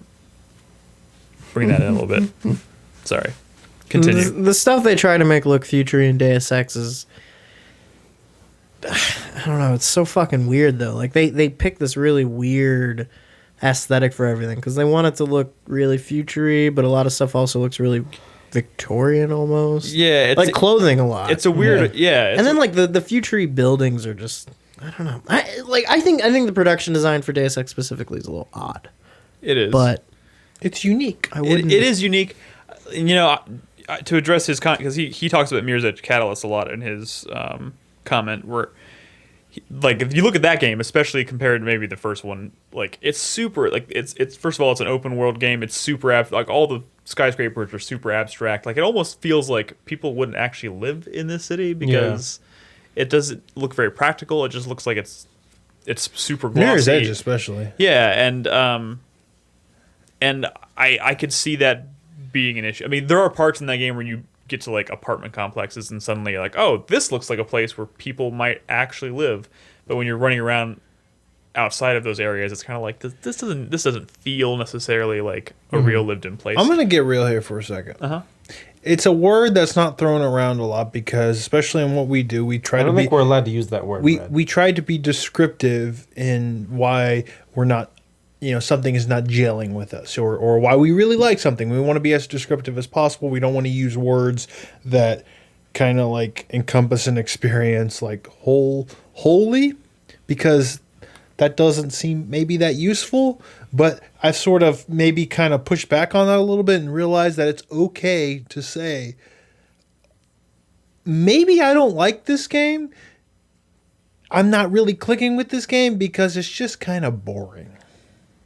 But which game are you talking about? I mean, I'm saying in general, like maybe he didn't like Mirror's Edge because it was just kind of boring. Maybe you're kind of bouncing off Deus Ex because it's just kind of boring. I mean, they fucking try real hard to make the story super fucking interesting and these combat scenarios interesting, but maybe you're just fucking bored. I mean, I would say in certain cases, yes, you're absolutely right. I don't think that's the case necessarily with me and Deus Ex. Okay, sure. Because I have some very specific issues. Especially early on, I took some very specific issues with that game, and I have since alleviated a lot of those problems. And I'm playing that game, and I know that the gameplay loop, once you start to learn everything, is good. Like the combination of combat and hacking and stealth and making decisions. Like I like all that shit. To me, what wasn't jiving with me very early on, where I think the controls are like the new control scheme I think is complete garbage, and I think the story is maybe a little too convoluted for its own good, and maybe there's just a little too much going on. I think there is such thing as too much happening, and that's maybe why I'm bouncing off of Deus Ex, but maybe really embracing something like Mirror's Edge Catalyst, because that game is straight to the point. It's super simple, and I mean it's an open world game, but it's like it's telling a very basic, simple story. Like, probably there's nothing super complex about that story. And sometimes I just like that. I just like being able to sit down. It's kind of like being able to watch like a good action movie and not really care that, no, this is not going to win a fucking Oscar, but I can sit down and enjoy it for what it was. So I don't know.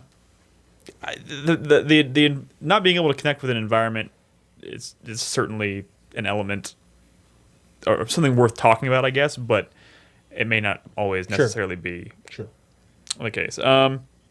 Our next comment comes from Minovsky Physics, who I think subscribed tonight. Yes, Minovsky Physics. This is the one I mentioned before the show started. Belgium. He says, being Haitian, he's from Haiti, I guess, and not having properly read the title of last week's podcast, I have to admit that I was deeply confused for the first half hour of the show. "Quote unquote, did they just make a video game about the tiny island nation of Haiti?" I thought with surprise. Only later would I realize that the game was instead about a fleshy robot who is nice and thick. There you go. By the way, I did fit thick into the title of the show last week. You spell thick. Thick. THICC. Thick. Yep. Play a little more of that. It's kind of interesting. He says, moving on, my question for this week is, I guess he's asking me a question. Do you guys have what you would consider an ever game? That game you can go back to time and again to pass the time while doing something else, and that doesn't require any massive investment in time or focus. We don't normally answer questions in this segment, but does anyone have a quick answer? That is straight up a viewer question. But you know what? Whatever. He did subscribe, so what the fuck? Does anyone have an answer? An ever game? I mean, isn't that like a Final Fantasy Tactics kind of thing? I mean, isn't that just your favorite? Yeah, thing? I feel like that's like one of our. Like, because I could go back and play. I could go back and play Ocarina of Time. That's not what he's talking about. I know, but like, I don't really have an ever game because I don't usually play that style of game. I don't usually play games to distract myself while doing other things. Explain this. Wait, one more time. Like for me, the answer is like Binding of Isaac. Do you guys have what you would how consider? How much of that have I played in the past? Like fucking whatever. I don't really play mindless like. games. Do I have a game that I play when I want to just like turn my brain off? Yes. That's all I do now. That's all I fucking do. Zelda, you got to use. I turn on Netflix and I like play a game. Oh my god! How do you do that? For me, dude, it's like all I can do. Sometimes I'm playing a game. How do you it's like, watch Netflix and play a game? I don't understand. Sometimes, like if I'm playing a game that has like a really repetitive soundtrack or like really repetitive like audio components, it fucking kills me. Like I need something else to just like break it up. Oh man, you're such a millennial. I can't help it, man. Yeah, I'm fucking oversaturated on media. You're a monster. I'm overexposed. But my big ones are Rogue Legacy and FTL. Those are games that I can just like. FTL, I just like hit pause and do whatever. Rogue Legacy, like, yeah. You know what you should do? I'm always looking for the next one. You were you were trying to think of, you're kind of in a rut. And maybe you need something to play that is kind of both nostalgic and something you can kind of turn your brain off. Maybe even play while you're doing other things. I think you should try Dragon Quest VII, the remake. You have fond memories of Dragon Quest VIII. It's just as beautiful. I mean, I gameplayed it and played it for like a day. It's smooth and beautiful. Like, it's a really well made 3DS game. And there's parts where you can just grind and just kind of while you're doing something else, or when you want to focus a little more on it, you can kind of do story stuff. I think that might help you, because since you're not willing to do Final Fantasy VI. Dude, I never said I want to play Final Fantasy VI. I would just love to play it. I would love to have that on a handheld, but y'all keep telling me that the handheld versions of that game are garbage. No. I don't. The Final Fantasy VI is a game I know if I try and sit down in front of my TV, like if I try and sit down in front of my big screen TV and play Final Fantasy VI, it's not going to happen. Let me ask you something. Do you still have a DS Lite with a GBA card slot? No. Oh. I do. Because, I mean, I didn't mean to be a little snobby, but like the Final Fantasy VI Advanced version is perfectly fine. But you don't. I was hoping to be able to play it on my Vita. Oh, your Vita. Oh, you can absolutely play it on your Vita. I thought you said the version that you can play in your Vita is trash because of the music or something. No, you can play for the the SNES. discerning game. No. You can play Not this. you. No. You could. I'm sorry. You could play the SNES version on your Vita. Okay. Download the emulator. Yeah, We'll figure that out. The Vita's been cracked. Nick. Okay, is we'll never figure that out. Nick's never gonna crack. Let me his get to Vita. the last few Yeah. comments here. One Mr. Feedback. Boy, feedback. One Mr. Boy says, because one of the questions last week was about desert island games. When I said, why would you not pick Minecraft as your desert island game? The content is endless, and when explorers find your body, what you build will be a priceless piece of art. I mean, that's a good choice, Yeah. but it'd be kind of lonely.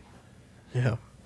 Well, I think I'd just go crazy. What game would not be kind of? I mean, you're playing one video game for the rest of eternity on a desert island by yourself. But I It's mean, gonna be there are lonely no matter games you what can it play is. that you can get lost in. Feel like Minecraft by yourself is inherently. I mean, like that game experience is also lonely. Yeah, that's like playing a desert island game while stuck on a desert. Yeah. Like a game where you're on a desert island while you're on a desert island. Yeah. Why not just Minecraft in real life on the desert island? Yeah. Build something in real life. These things aren't boxes. It's true. So It's our last piece of feedback. You caught me. From Piofst. Piofst. He says, I've played Deus Ex Mankind Divided for almost 40 hours now. Piofst. Thanks again for the copy. He was our winner last month. Oh, wow. Awesome. He didn't bounce off of for you. it. He didn't bounce off of it. He's already played about Glad you're 4 not- times more than I have. Going through what Nick's going through. Yeah.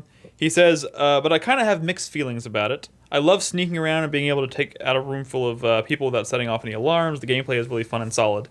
I just wish they had narrowed the scope of the game. I spent more than 8 hours exploring the city before even getting to my first story mission.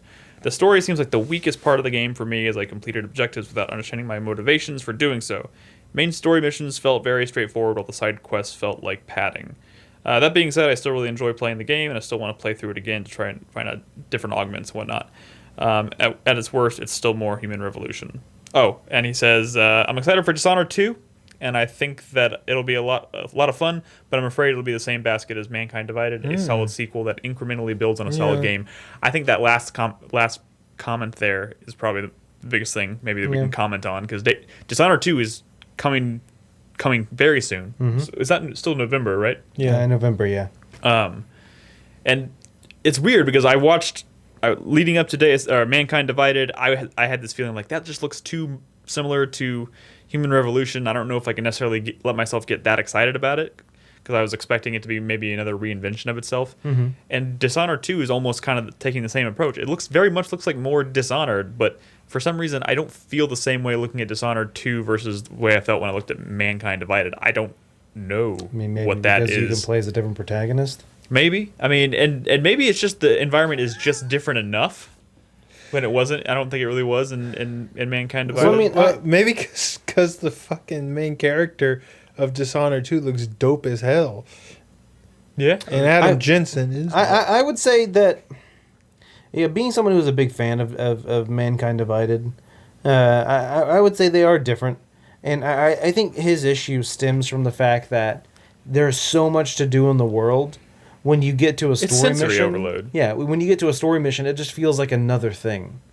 And I don't know how I don't think they could have done anything differently to be like, oh my God, guys, this is a story mission. Pay attention to, you know what I'm saying? Yeah. Like, they can't do that. They just have to be, it just has to be like another thing that in this case you have to do to progress the game. And maybe I just haven't gotten far enough in Mankind Divided, but it feels like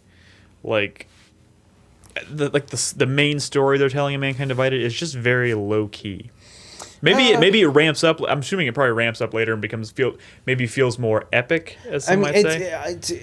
There's never a scenario like in Human Revolution where it's like, oh, end of the world, you know, everyone with Augs is gonna go crazy. You know what I'm saying? Yeah. Like the stakes aren't as high in this. Yeah. This is more about Adam Jensen discovering what happened, and you know there's some bad guys doing things, and he found out, you know, like, oh, It's more of an investigation or kind a mystery. of, yeah. It's more like, it's almost like a personal story for him. Yes, there's some bad shit going on in the world, but it's not like I said, there's not that smoking gun, there's not that crisis, there's not that bomb that's gonna blow up the world. Which is weird because I feel like that would be the story that would appeal to me more than something like Human Revolution. So maybe, I don't know, maybe they'll turn around. I'll end up liking. But that's what I'm saying. That was the story of Human Revolution. Yeah, but the more epic, or like the stakes were higher in Human Revolution than I think they are in Mankind Divided. Yes. I think I prefer the kind of story they're telling in Mankind Divided, but it just doesn't seem like it's grabbing me yet. But I still feel like I'm super early. Yeah. But anyways, thank you guys for your feedback. We appreciate it.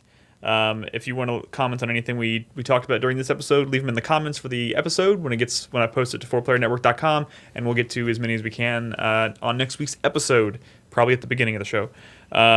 So now we have one more game to talk about impressions-wise. I know Brad's been playing Forza 3. No. What? Forza Horizon 3. Oh, sorry. That is Forza something very Horizon. different than Forza. Forza Horizon is sort of their spin-off series.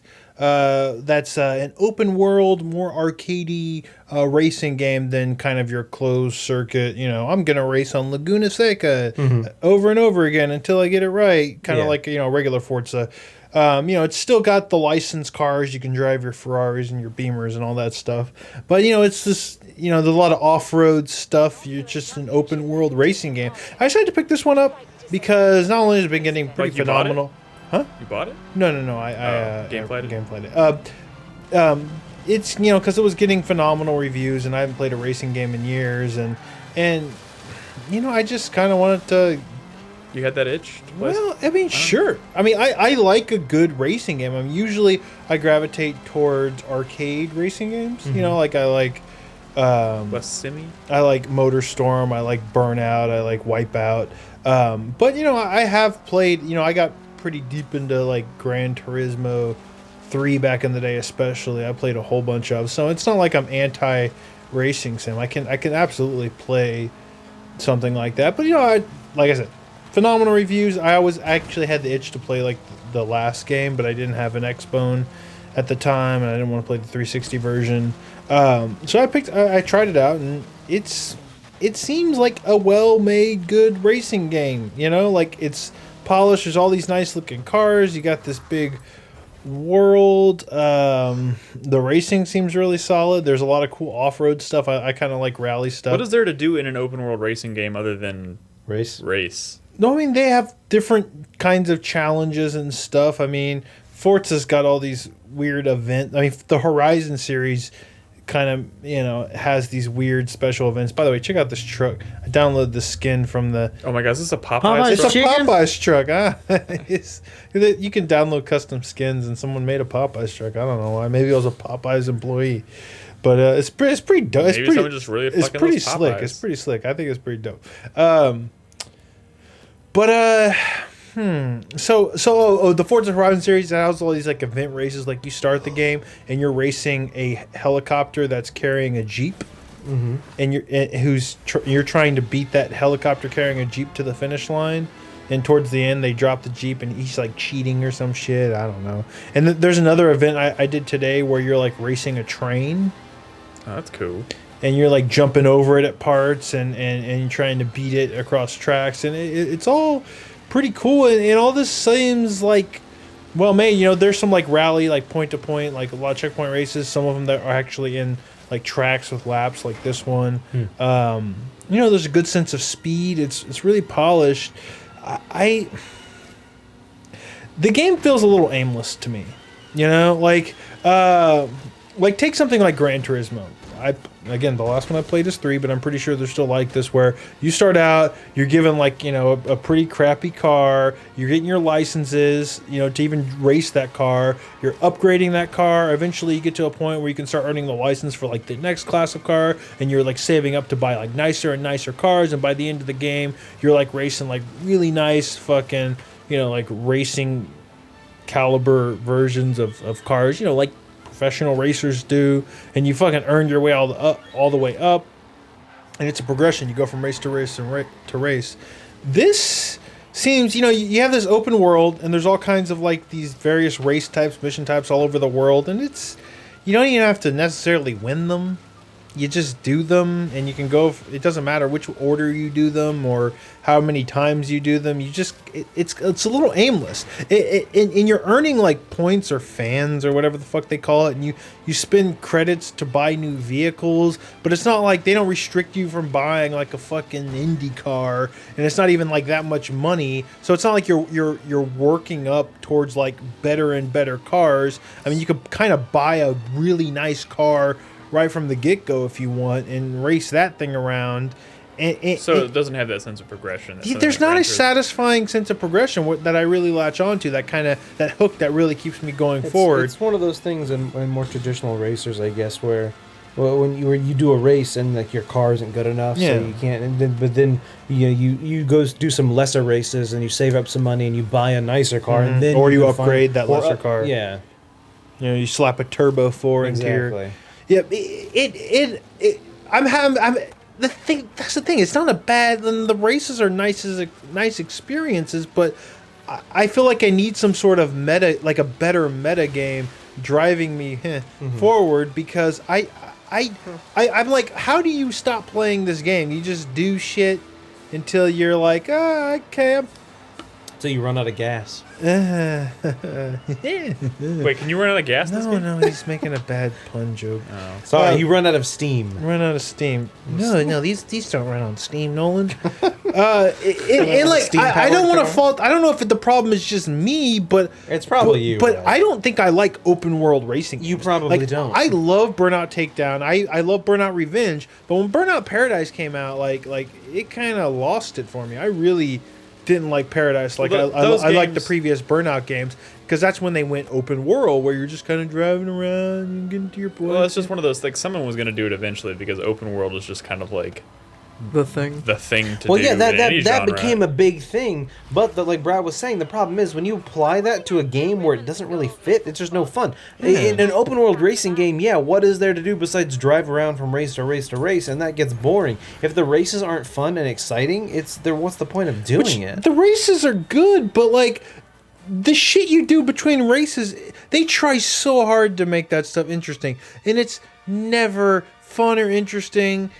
Why would I ever drive to a point and do a race? You know, just let me do that. It's not like I can get out of the car, or like, you know, they try to put things in the world, like there's DJ saying, oh man, there's a certain type of vehicle that you can go find, like a junker that's always in a garage. It's like, find the hidden garage, and so you can get that junker car and we can fix it up and you could drive that one too. But it's like, who gives a shit? I could drive all these other different cars. I could buy a fucking Ferrari if I want. Yeah. Here's a Popeyes truck because I need a truck for these types of races. But like, I mean, someone in chat said, you know, it's because I'm not really into cars, and maybe that's why I don't like that. Maybe that's why I gravitate towards arcade racers. Maybe this is more for people who like real cars. But at the same time, this is not regular Forza, you know? This is a more... I mean, look what I'm doing. I'm fucking... What are you doing? There's like pedestrian drivers and stuff. I mean, this is not a racing sim.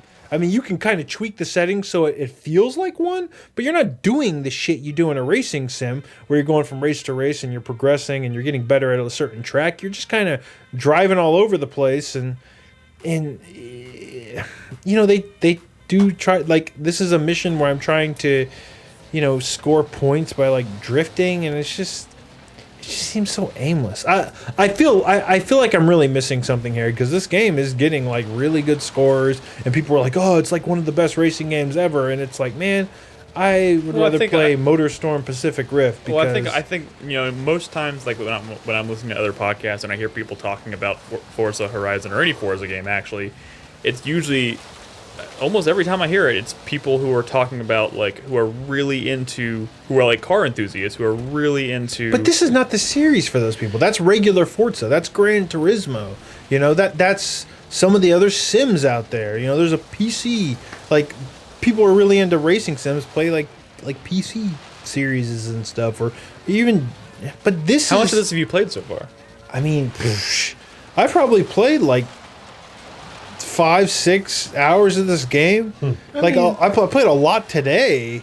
I mean, is it not unreasonable to assume, though, that these people who are car enthusiasts, though, might also like to be able to drive those cars in a more sandboxy environment than a traditional Forza? Yeah, I think a lot of it is just because it's like, I just really like the way this car handles, and I like whipping it around, you know, in this little open field that I'm in. You know? Yeah, sure, but like, I mean, but there's something missing. I mean, yeah, you know, it's not like I'm into fucking hovercrafts, and that's why I like Wipeout. You know, like, why is this not clicking for me? I don't know.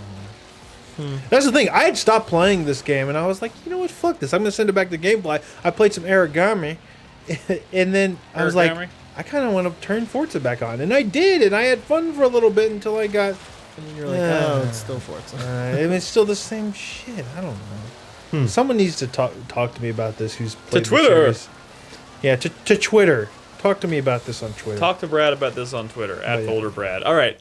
Let's move on to news. There's a few things to talk about, worthy of talking about this week. Newsworthy things. I think the one that I wanted to bring up, and this is something I'm sure Brad wants to talk about, is it feels very strange. What is today? The October 6th, 2016. Yep. Correct. That's correct. It's a Thursday, and there's no significance to this day really whatsoever. No significance to the way they announced it either. And Ubisoft and Michel Ancel this morning just decided to confirm that Beyond Good and Evil 2 is in pre-production. Which I thought we were already pretty sure that that was happening, though. Well, no, this game was announced in 2008. Yeah, something like 2008. But I mean, like, with a cinematic trailer. Like a few days ago, they were tweeting like concept. Well, they tweeted, but they wouldn't confirm Michel that it Ancel was, but he's done stuff like that for years. And they also didn't sort confirm with the time that it was Beyond Good and Evil 2. This morning they were straight up, you want Beyond Good and Evil 2 news? Well, here it is. I have a feeling that this is not what was being worked on years and years ago. At this point, this is like a Prey situation. Yeah, I think this is absolutely a Prey situation. That even that piece of concept art they showed a few days ago didn't really. I mean, it looked like Beyond Good and Evil, I guess, I suppose. But I mean, we saw. It didn't remind me at all of that trailer that we saw in 2008. Not just that, but there was a leaked concept demo that showed Jade like running through. And you know what? like you know what I bet that was that we were Middle seeing? Eastern town or some shit looking thing. Do you know what I bet that was? What? If you remember back to like before Mirror's Edge came out, there was a proof of concept demo that was making the rounds where they were just showing what gameplay in that game would look like. Yeah. Or maybe that was before Mirror's Edge before they did Mirror's Edge. I don't remember. Mirror's Edge was always an engine like. They were always like, "This is the game." I mean, this is. Well, there was one that didn't look like. I mean, it looked like maybe it was running in the same engine, but there was a proof of concept like demo showing the movement system prior to the game ever really getting to see what that game was, I guess, or what it was going to eventually become. I have a feeling what we saw, that video of Jade running around that Middle Eastern looking town was. I have a feeling that was more like a proof of concept. Yeah, no, and not at absolutely, all- absolutely. That was not gameplay. That was like a project, probably like a 5-minute demo of just a character in an environment moving around, and that was probably all that existed. Because at this point, they're saying it's in pre-production, which pretty much implies that any work they've done prior to this has little Yeah, to that's what I'm no saying. bearing on. Pre-production essentially means it's not a game. Can I say something here? Of course, this is a podcast. Fuck Ubisoft. That's not new. I mean, we have been waiting. I've kind of. I think I've given Ubisoft some shit in the past, but like, I think lately they've been pretty like a-okay as a publisher. Maybe I sympathize with them a little bit because they are constantly fighting this buyout from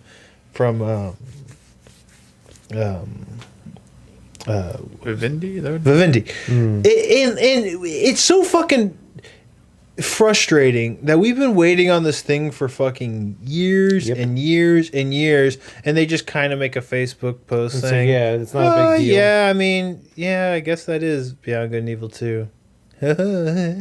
Like, fuck off, man. Like, if this thing is... Man, that would have been a good 4-player minute. If this thing is going to be, like, really Beyond Good and Evil 2, like... at least just wait until you have some awesome, like, fucking edge of your seat trailer, because, like, at the very least, I feel like it deserves that. We deserve that. We deserve to have our fucking E3 moment for this game, just like all the other dreams that have fucking come true over the past couple E3s. This deserved that, man. Like, what the fuck? But you'll still get it. The problem is now we see it coming. Exactly. I want my Final Fantasy VII Remake, my Psychonauts 2, my Shenmue 3, my fucking Return of Last Guardian. I want the moment where I'm like, this deserved that. It really, really Now, did. To be honest, to be fair, I understand what you're saying, but you'll still have that. I mean, it may not be the exact same feeling because you knew it existed before. That's what I'm saying. That's where they fucked up. But you don't tell me you won't be sitting in that audience and then seeing that screen. Like, you won't see the trailer start playing, and then you realize what it is, and you'll be like, "Oh my god!" Like, but how much more impactful happen. would that have been if we didn't fucking know? Well, I'm tired. Every single E3 we go to, and we're sitting in the Ubisoft theater, and you're like looking behind at the teleprompter, like, "Is this it? Is this it?" Like, I know, Nick, because like if this thing ever actually existed, like at no point for the life of me did I ever think that it wouldn't have been like a surprise at an Ubisoft press conference. An Ubisoft press conference should have been the place. Yes, of course. I'm not trying to. This is like, oh, here's some art. Oh yeah, it's real. Like, fuck. It's a wet fart. I wonder if Michel Ancel forced their hand. Maybe he was frustrated and he was worried that maybe some shit was going to go down with this too, and he just kind of forced their hand. Maybe. I could see that happening. It could be a what's his face? Oh my god, what is his name? Oh, my brain turned off tonight. Ryan Seacrest? No. Reynolds. Ryan Reynolds leaking the script or leaking the test footage kind of type deal where all of a sudden that's out there and they're like, well, fuck it, everyone likes the concept, let's just fucking do it at this point. It could be. It totally could be. Like, Ubisoft could have been that like this morning could have been like, what the fuck is he talking about? Oh yeah, that's totally happening. One last thing. This is Ubisoft. What is it? Well, Montpellier. What's the studio? Well, the studio working on this game is Michel Ancel's external. No, it's not. I'm pretty. It's Ubisoft. It's the guys that do Rayman and the fucking wartime The game. thing I read this morning said it was Michel Ancel's studio. I could be. I didn't read it. So. Ubisoft Montpellier. Is that a Montreal? Yes, but I don't know how to pronounce that word, so I'm not going to try. Montpellier. No, I mean that's what I read. That it was that studio, like within Ubisoft. I mean, his external thing is not even an Ubisoft studio. Yeah, I didn't. They're making Wild. Wild. That's right. Yeah. Okay, maybe I just misinterpreted what I read. Sorry. So here's my question: what are the chances that this is not going to be a big produced like 3D game? Like, what if this is a side-scrolling UbiArt game? Like, I totally could see that happening. Well, Brad, I mean, Rayman used to be a big 3D thing. It started 2D, Brad, you're planning for failure. but then it went 3D, and now it's 2D. You are pumping yourself up for like disappointment. So at this point, maybe let's just wait. Yeah, I would say let's wait. The and see real what news happens. here is that Beyond. I don't know my Beyond Good and Evil 2 was happening in some capacity. Yeah, it's until it gets canceled again. It's kind of happening. It's kind of happening. Sort of. We got art. All right, what other news do we have this week? Is there anything else? It's not a big news topic, but it's kind of interesting in that, a while back Bethesda was like, "Hey, we're bringing mods to Fallout and Skyrim on these remasters," and Sony was like, "No, you're not." And Sony pulled their ability to add mods, but then now all of a sudden Sony's like, you can do it, with big caveats though. And that was kind of like the big deal was Xbox, Xbone would have mod capability on Skyrim and Fallout 4. Yeah. Which is a big deal. That's a big part, in those games, and that's what makes those games so great on PC. Is the modding community makes them so amazing. Yeah. And then not having the ability to do that on PS4 was very detrimental. And Sony said it was a security thing, and also kind of like a quality content thing. Yeah, but they wanted to have more control. Quality. Yeah. I mean, but so they finally said, okay, you can put mods on there, but the mods can only come from in-game assets. Yeah. Like, you can't have anything, like, third-party uploaded to it. Which, I mean, I guess is a nice compromise. Yeah. But still, having the ability to have them there is good. And I think that this is... Does that mean you can't have, like, crazy UI mods and stuff? You can't, like, upload your own textures. Correct. You can't upload your own stuff. So Sky UI wouldn't work. I guess. I don't know. I'm not familiar with that one. But anything that you can derive from an in-game asset can be done. Yeah. Sky UI is designed for a keyboard, anyways. So. I'm wondering what exactly made them backpedal on it. I'm wondering if all maybe, the shit they got. Yeah, I mean, this seems like another instance of like Sony saying we're gonna do this, and then Microsoft doing something else, and then kind of forcing their hand, and then the market spoke very loudly and belligerently. Yep. But it's not like Sony was like, we're not gonna do it, and Microsoft was like, we will. The day they announced Fallout 4. The day they announced it, they said it will be on Xbox One and you will have mods. Yeah. And they said they didn't say it's going to be on PlayStation 4 with mods. They said it's going to be on Xbox One, and everyone was like, "What about PlayStation?" And eventually they're like, "Yeah, we're doing everything we can to get it on the PlayStation." And I think the reason they had always not had an official answer to that was because Sony maybe was kind of piddling around about we're not sure. Gotcha. Yeah. Anything else newsworthy we wanted to discuss, or do we want to jump straight into our community segment? I say we go into the community. All right, Nolan, do you remember how this is done? No.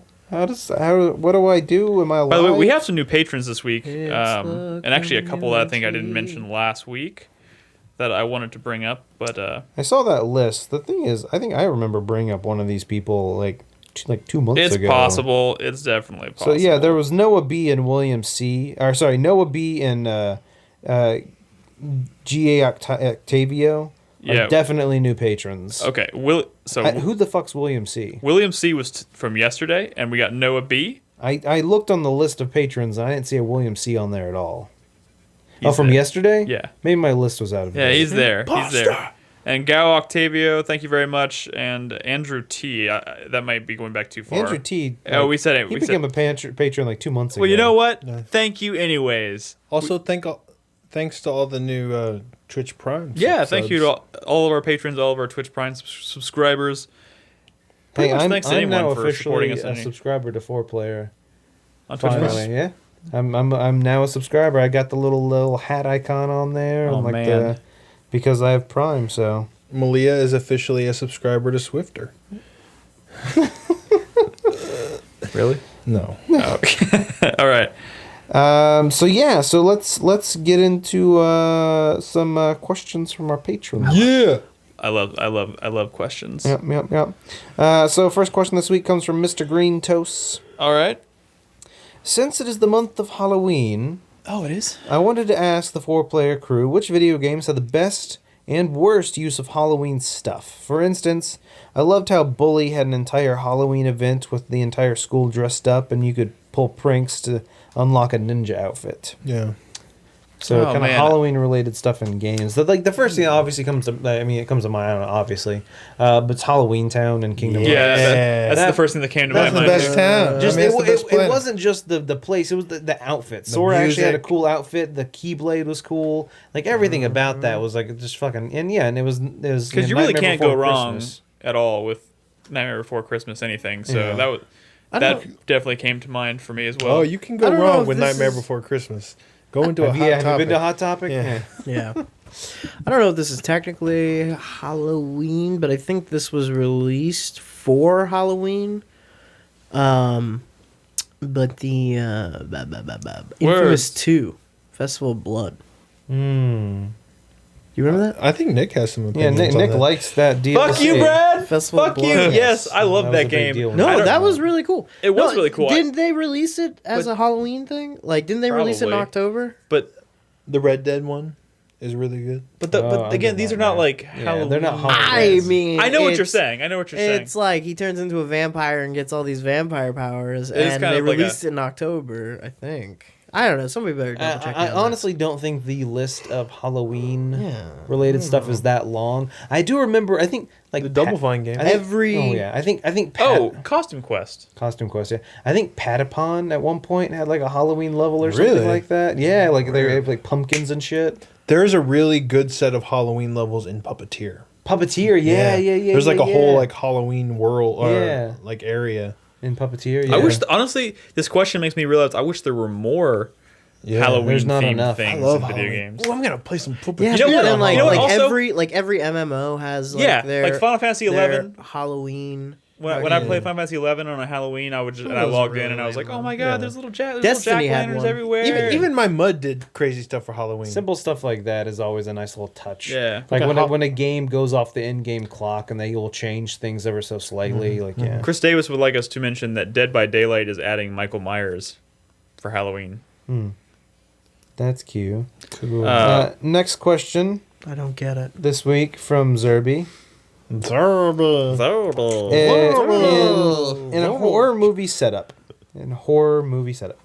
who do you think would be the first to die? Who do you think would live? And who do you think would just go crazy and become the killer? I was gonna say I'd be the one to survive until you mentioned that last I was option. gonna say obviously Nick would I go would crazy and become I'd be the Dexter killer. I'd be the fucking crazy killer for Yeah. sure, without a doubt. Um, I think Brad would be the first to die. No, man. No, I'm the leader fuck you. that pushes people out of the way. You know, when shit gets... You're the guy who thinks he's the leader and then gets. and then when the situation arises, he chickens out and he gets all scared. he runs away and then Yeah. he gets caught alone in a room with the killer and gets Yep. brutally murdered. Yeah. Yep, that's Brad. He's the one shaking in in the back of the science room, hiding behind the beakers. I think Nolan ends up surviving. Oh, thank you. I don't think so. Crispy, where does Crispy play into all this? He's on I his feel like- phone. I I feel think like Crispy I'm the, didn't show up because he was asleep.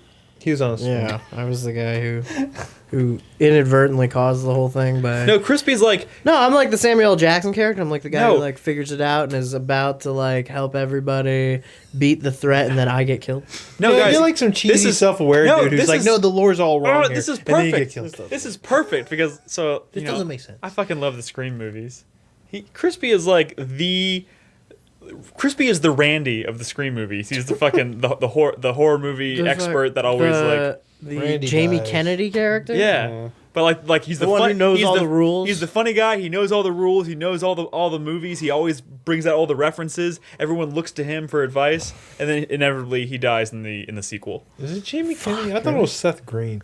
Those No, it two was are Ja- like no, it the was same Ja- people. It was They're Jamie very Kennedy. different people. Definitely Jamie Kennedy. Trust me. I know my Scream. All right, next Shit. question from Michael M. Mm-hmm. I have a lot of questions, Michael. and I'm going to skip most of them because it all boils down to fuck, marry, kill, 90s Halloween edition. Oh. Jennifer Love Hewitt, Oh shit! Nev Campbell, Oh.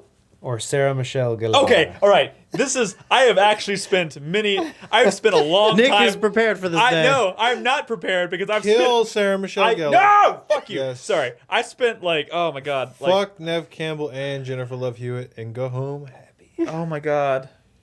I can't answer this, guys. This is Kill Sarah Michelle I Gellar. literally spent like all my entire It's exciting for Nick. childhood, like teenage years, like that was like the ultimate. That was like the trifecta for me right there, and I couldn't fucking answer that question.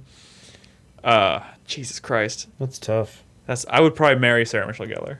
I'd fuck Jennifer Love Hewitt and I'd kill Nev Campbell, but only That's because I had. exactly what you have to do, because you can't marry Nev Campbell She's a or witch. Jennifer Love Hewitt Nev Campbell's because a witch. Sarah Michelle Gellar is still very relevant and making a lot of money. You want to marry them? How? like, Why? making a lot of Nev money. Campbell like does way more than Nev Campbell's doing what? No, Nev Campbell. The last movie Nev Campbell did was I think Scream 4. What? No, Dude. Nev Campbell wasn't she in? Take it to IMDb. Okay, we're taking this to Nev IMDb. Campbell was in House of Cards. Was she? What? As a significant role? I'm though? suddenly now gonna continue Jennifer watching House Love of Hewitt Cards. is the Ghost Whisperer.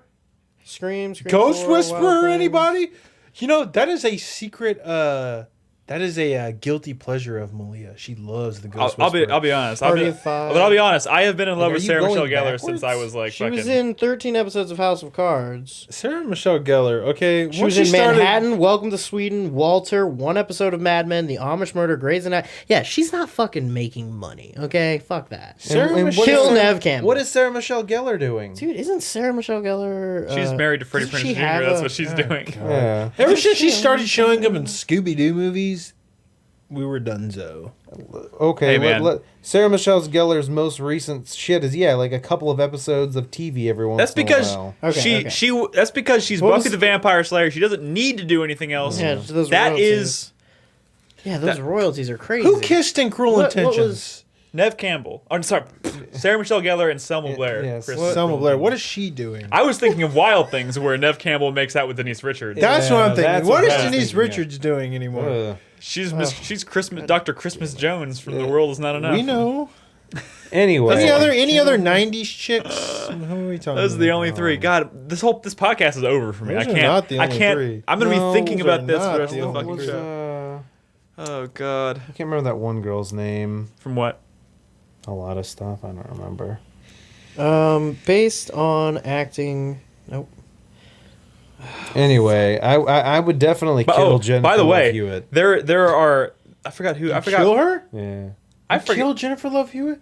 I forgot what Dude, network this no, was. You banged Jennifer Dude, Love Hewitt. I forgot yeah. what network this is, but there's a network that's trying to make Cruel Intentions into like a television show with to bring Sarah Michelle Gellar in to play the original What character. else is she doing? Criminal Minds. Wait, who was in Criminal Minds?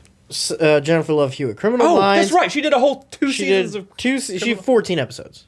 Or Oh, 23 one- episodes. sorry, I'm sorry, one 23 season episodes. then. And then she was in Tropic Thunder as herself for like a minute, and then a bunch of bullshit. Like, yeah, not Jennifer Love Hewitt and not Nev Campbell. You have to marry Sarah Michelle Gellar. Because she's the one that's fucking making money. And then kill whoever. It Look doesn't at this matter. guy over here about money. This guy's all about I'm sorry. money. I just want to make sure that my children and their children have a stable future. I want to make sure they have a loving mother. What does that matter? I'm just fucking in love with Sarah fucking Michelle guy. Gellar, so I'm Still, I'm marrying out of love. I don't know about fuck you guys. No, yeah, this is. I don't.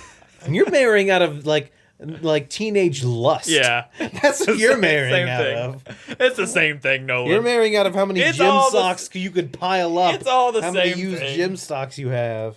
Anyway, final question from the You would evening. marry a gym sock?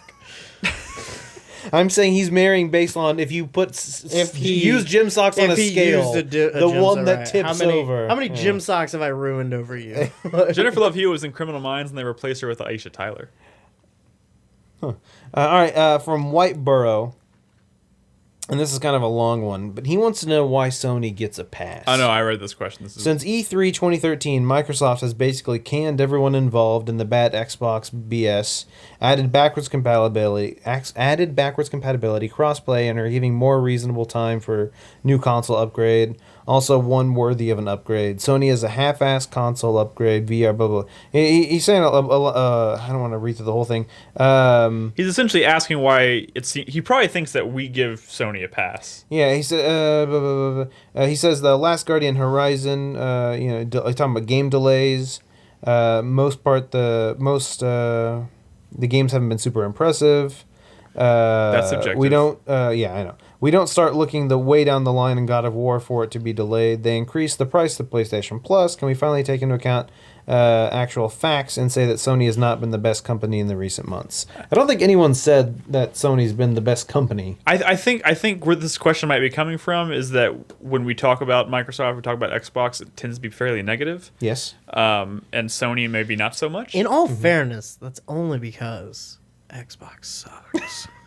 I mean, And if you're an Xbot, you're I think one problem with this question is that it's presuming a lot about the quote unquote half-assed console upgrade versus a console that's coming at maybe a year later from Microsoft that we know nothing really about yet in terms of how I think half-assed he's referring that's to the going to be. Xbox One S versus the PS4 Pro. Well, I think really because I interpreted that as the PS4 Pro versus the Project Scorpio, because he referred to the PlayStation 4 Pro as a half-assed upgrade, and he said it seems like Microsoft's taking their time and doing it right with Scorpio, which is very presumptive. I have no idea. We don't know at all how that's going to turn out. It could be it could be a train wreck. It could be worse than PlayStation. It could be better. I don't fucking know. No one really knows anything about that yet. All we know is there's teraflops involved. If you do go back and listen to our podcast right after the PS4 was announced, we all kind of shit on it a little bit. I mean, we weren't exactly excited for it. Well, and I think a big problem, like you were saying, Crispy, is Microsoft sucks. I think it's a scenario of They really you know when Xbox One and Sony's PS4 when those came out, I didn't jump on any console. Yeah. I waited. I bought my PS4 I think a year and a half after they came out. Yeah. Well, even farther after Xbox One. I'm waiting to see what. And so when I looked at the games, Xbox One didn't really have any exclusives that I either cared about or didn't also have a matching PC. Or they canceled them. Yeah. And then finally, there's a huge lift of Xbox One exclusives coming out. I can't fucking wait for them. The guys are kind enough to gift me an Xbox One. I'm super fucking excited. And then every game that's an exclusive either gets delayed, canceled, or gets a PC release. Like, what the fuck is that? How do you think that's okay? That, like there's literally, no exclusives on the Xbox One. Also- I just think like we had 10 great years with we had 8 great years with Xbox 360. Last generation, I think we all would agree that the Xbox was a stronger console. Absolutely. And I think the tables have turned, and that's all it is. I think this generation PS4 is just a little more I palatable. mean, they're both. for us specifically. I mean, Sony and Microsoft Really are PC. both. They're both. PC. They're both corporations trying to make money, and they're both. And I think so. I think they've both done their fair share of made questionable decisions or questionable PR decisions and whatnot. I think it's kind of unfair to bring game delays into this argument here because I agree. game delays are just it's a part of the industry. It's always going to happen. If a game is not ready and a company like Sony and Microsoft is willing to give the development team more time to make the game better, then allowing them to do that. I mean that Miyamoto quote, makes sense. That that gets tossed around all the time. That a delayed game can still be great. Like a game that gets, I don't know the exact quote, but a game that gets released early in a shitty state's always going to be bad. Yeah. You know what I'm saying? That it's I would, every time I hear that game you've been waiting for so long has been delayed, not canceled, delayed. I'm like, that sucks, but I mean, hopefully that's because they want to make it better. There's definitely been games that we've seen come out and we've all been like, maybe that could have used a delay. Yeah. That should have been delayed. At the end of the day, if the game comes out and it's good, then the delay was worth it every single fucking time. Yeah. Now, I think the base answer for me, though, is in terms of why maybe I talk about Sony in a more positive light than Xbox, at least recently, is that I think without question, Sony has the better lineup of exclusive titles right now, without a fucking doubt. There's probably there's twice as many, if not more, maybe 3 times as many exclusive titles you can only play on PS4 that compared to Xbox, which has a handful of because I'm excited to play Gears of War 4. I'm looking you can forward. play that on PC. And there we go. In fact, Argument the made. PC version's like supposed to be really good. They're saying today now. Yeah. So I mean, that is my big issue, and it comes to the cross-platform and blah blah blah. And Microsoft is a corporation that owns Windows and Xbox. I mean, it's there, so I understand why they might do that. But then you can't tell me, you can't be upset with me for only really wanting to own a PC and a PS4. Like, why would I need an Xbox at this point? Yeah. I have a PC that can run every game 10 times better than the Xbox One can. Why would I want to buy one? yeah. Like, and that's why I don't want to say why I give a negative light to it or why I might talk down to, because I understand that there are people out there who don't own a PC and maybe don't like owning PCs and will maybe prefer to play it on a console. But then when you get into that scenario, it's a matter of, When you're someone who ends up with a Xbox One and a PC that can play most games out there, the Xbox console suddenly starts to seem less relevant. It's completely irrelevant in that case now that they're doing the games on everything now. yeah. Yeah, so There's no such thing as an Xbox exclusive anymore. Yep, that's true, and that's kind of what it comes down to. It's just, it is what it is. Yep. So that was the last question. Thanks everybody that we're going to go over. So thanks everybody who submitted questions. Every week we will post a thread on Patreon where all of our patrons can go and answer or ask us questions. That's patreon.com/4player. Yup. So appreciate you guys. Yep. What next? Do we have support of the month we can talk about right now? No? Okay. We'll talk about that next week then. All right. Well, we're going to wrap up the show with a 4-player minute. So we're going to say our hype, sweat, our fuck you, and our thank you. Brad, did you say you have something you wanted to say, or are you just ready to go? I'm ready to go. All right. Go for it. My hype is kind of weird. It's kind of bubbling up. I wasn't expecting it. It's kind of catching me off guard. Getting a little... I mean, I don't play these games. I don't know why. But I'm kind of getting hyped for Civilization 6. What? That's weird. I mean, not weird. Which is weird because I know I don't have time for that. And I know that's like a. I already see mornings where I'm staying or nights where I'm staying up way, way, way too late playing that. I'm actually a little worried about that. I don't know. I kind of want to play. I don't know. My sweat is, oh my god, this never-ending onslaught of games that I know I'm missing, that I know I'll like. Like, it's crazy that there are so many games, indie games out there, like, so many that I know I missed, and, like, I know they're great, and I know I love them. Like, it kills me to know that, like, I think of some games that, you know, look at something like Grow Home. That is a game I easily... What game? Could have never played. Grow Home. Oh, Grow Home. That's a game I easily could have never played. It kills me, man. Yeah. That's what it is, right? You just like lay in bed, like you can't sleep because you're thinking about like I could be living a life where I didn't know what Grow Home was. Yeah, man. Fuck. That's fucked up. Dude. My thank you. I'm gonna thank all the people who kind of,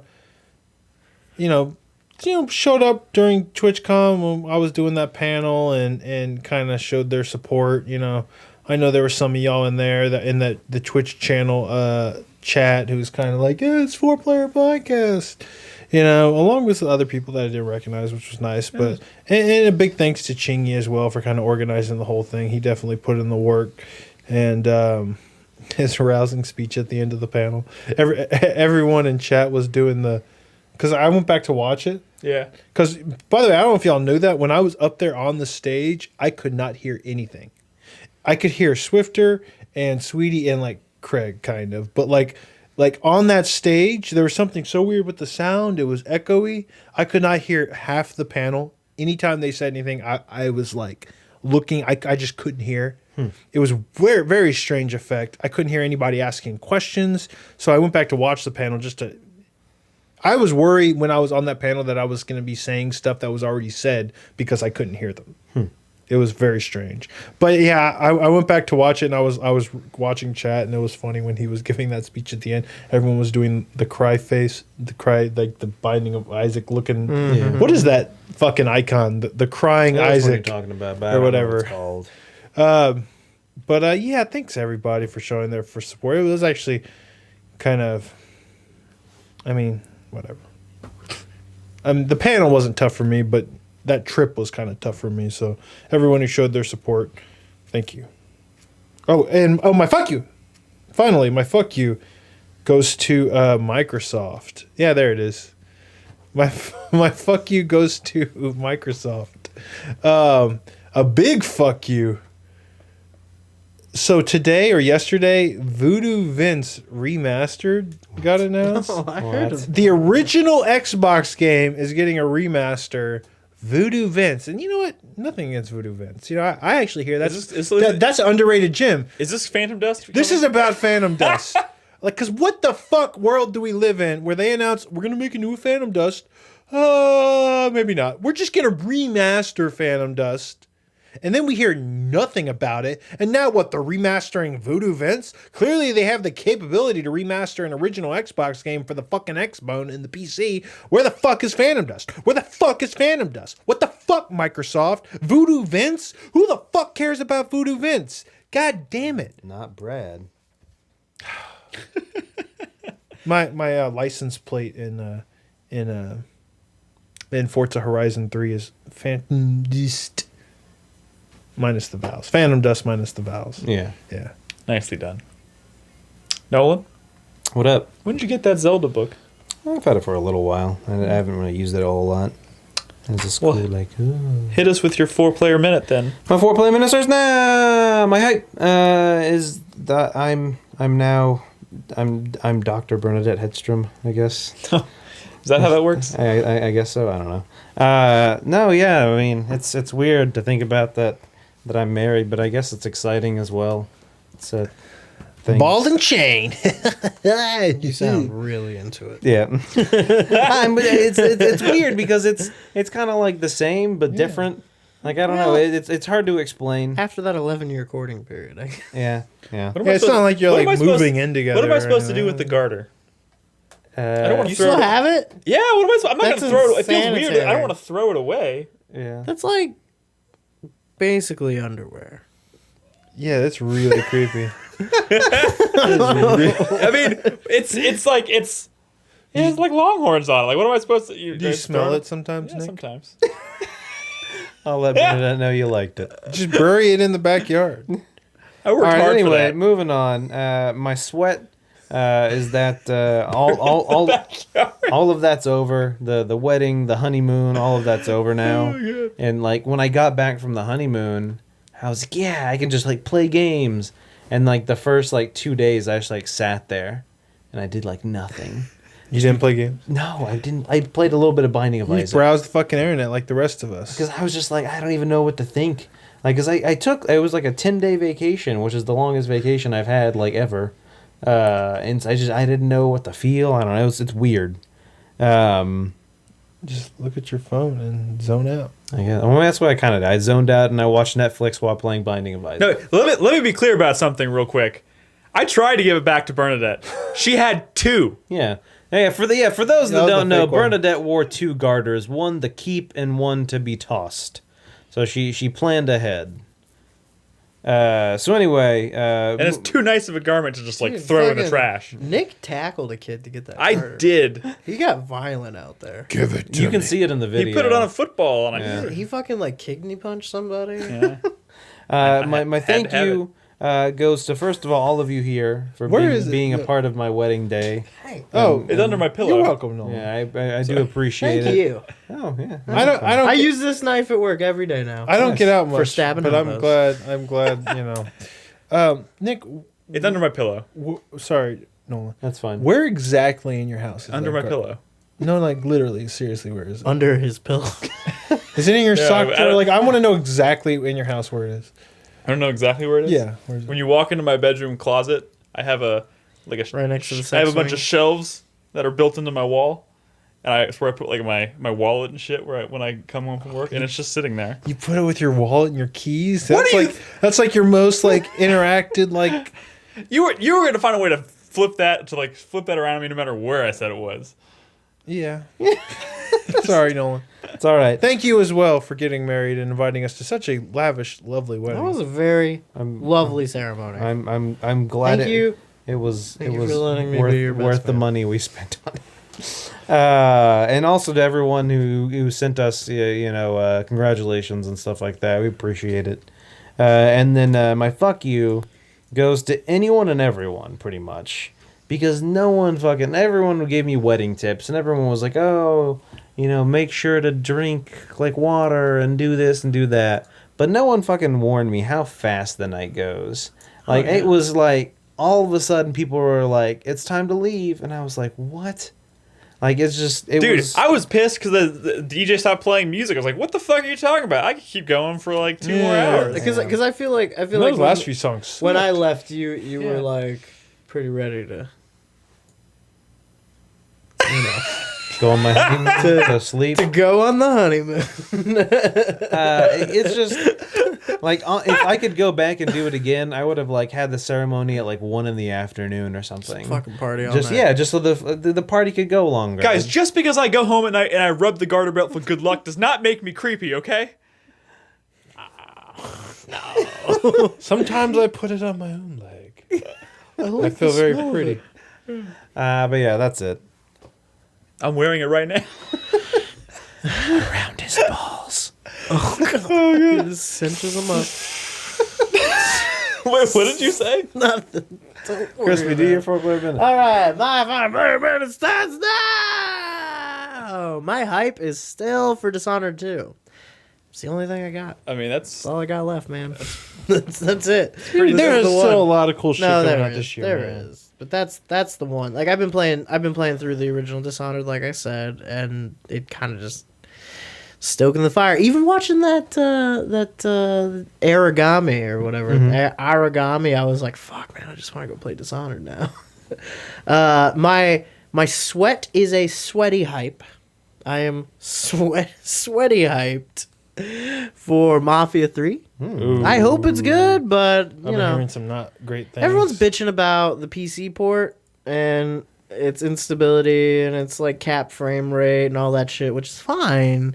And the fact that they didn't send out any review copies, which I mean. But also, let's not forget Doom did the same thing. Nope. I guess. Nope, that's not true.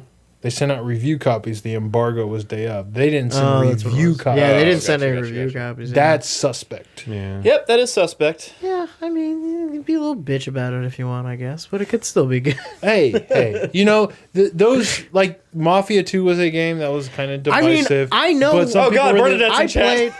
Oh shit! Oh, Hey, she is in chat. Oh, God.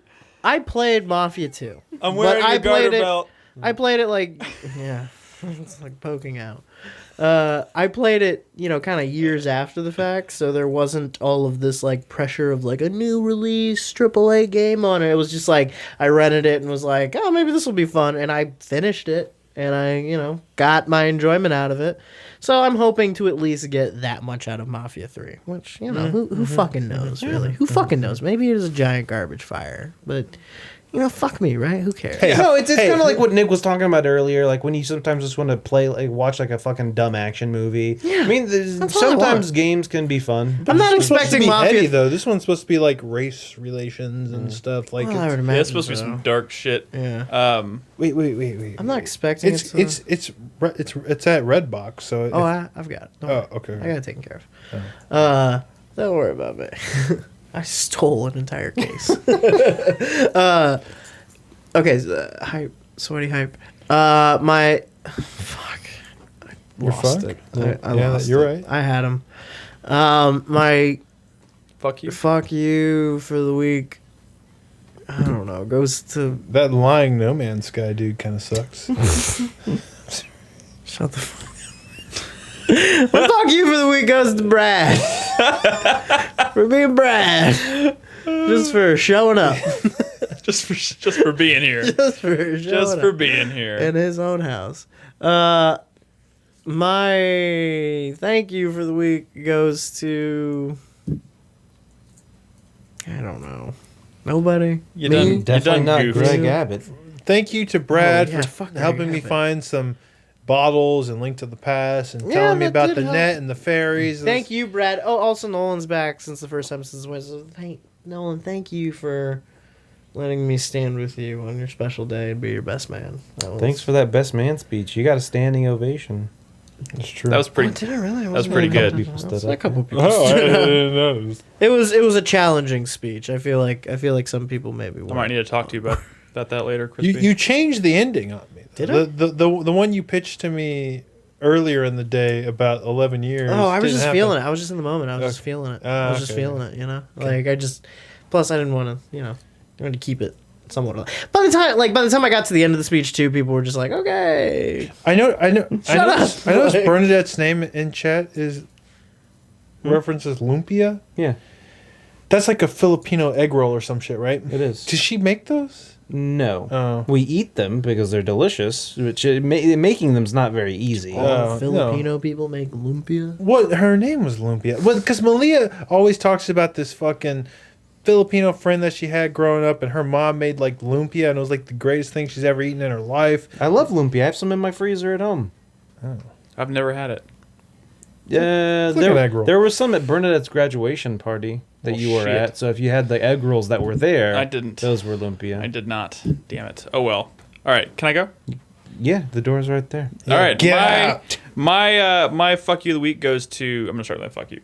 Goes to 2016. Just in general, we've lost a lot of people. It's been a horrible year for death, What? and we've also lost a lot of video games to 2017. There's been a lot of delays. Yep. A lot of stuff getting pushed out of 2016 into 2017. And I know in the long run, it's probably for the best. It is. There's way too many games.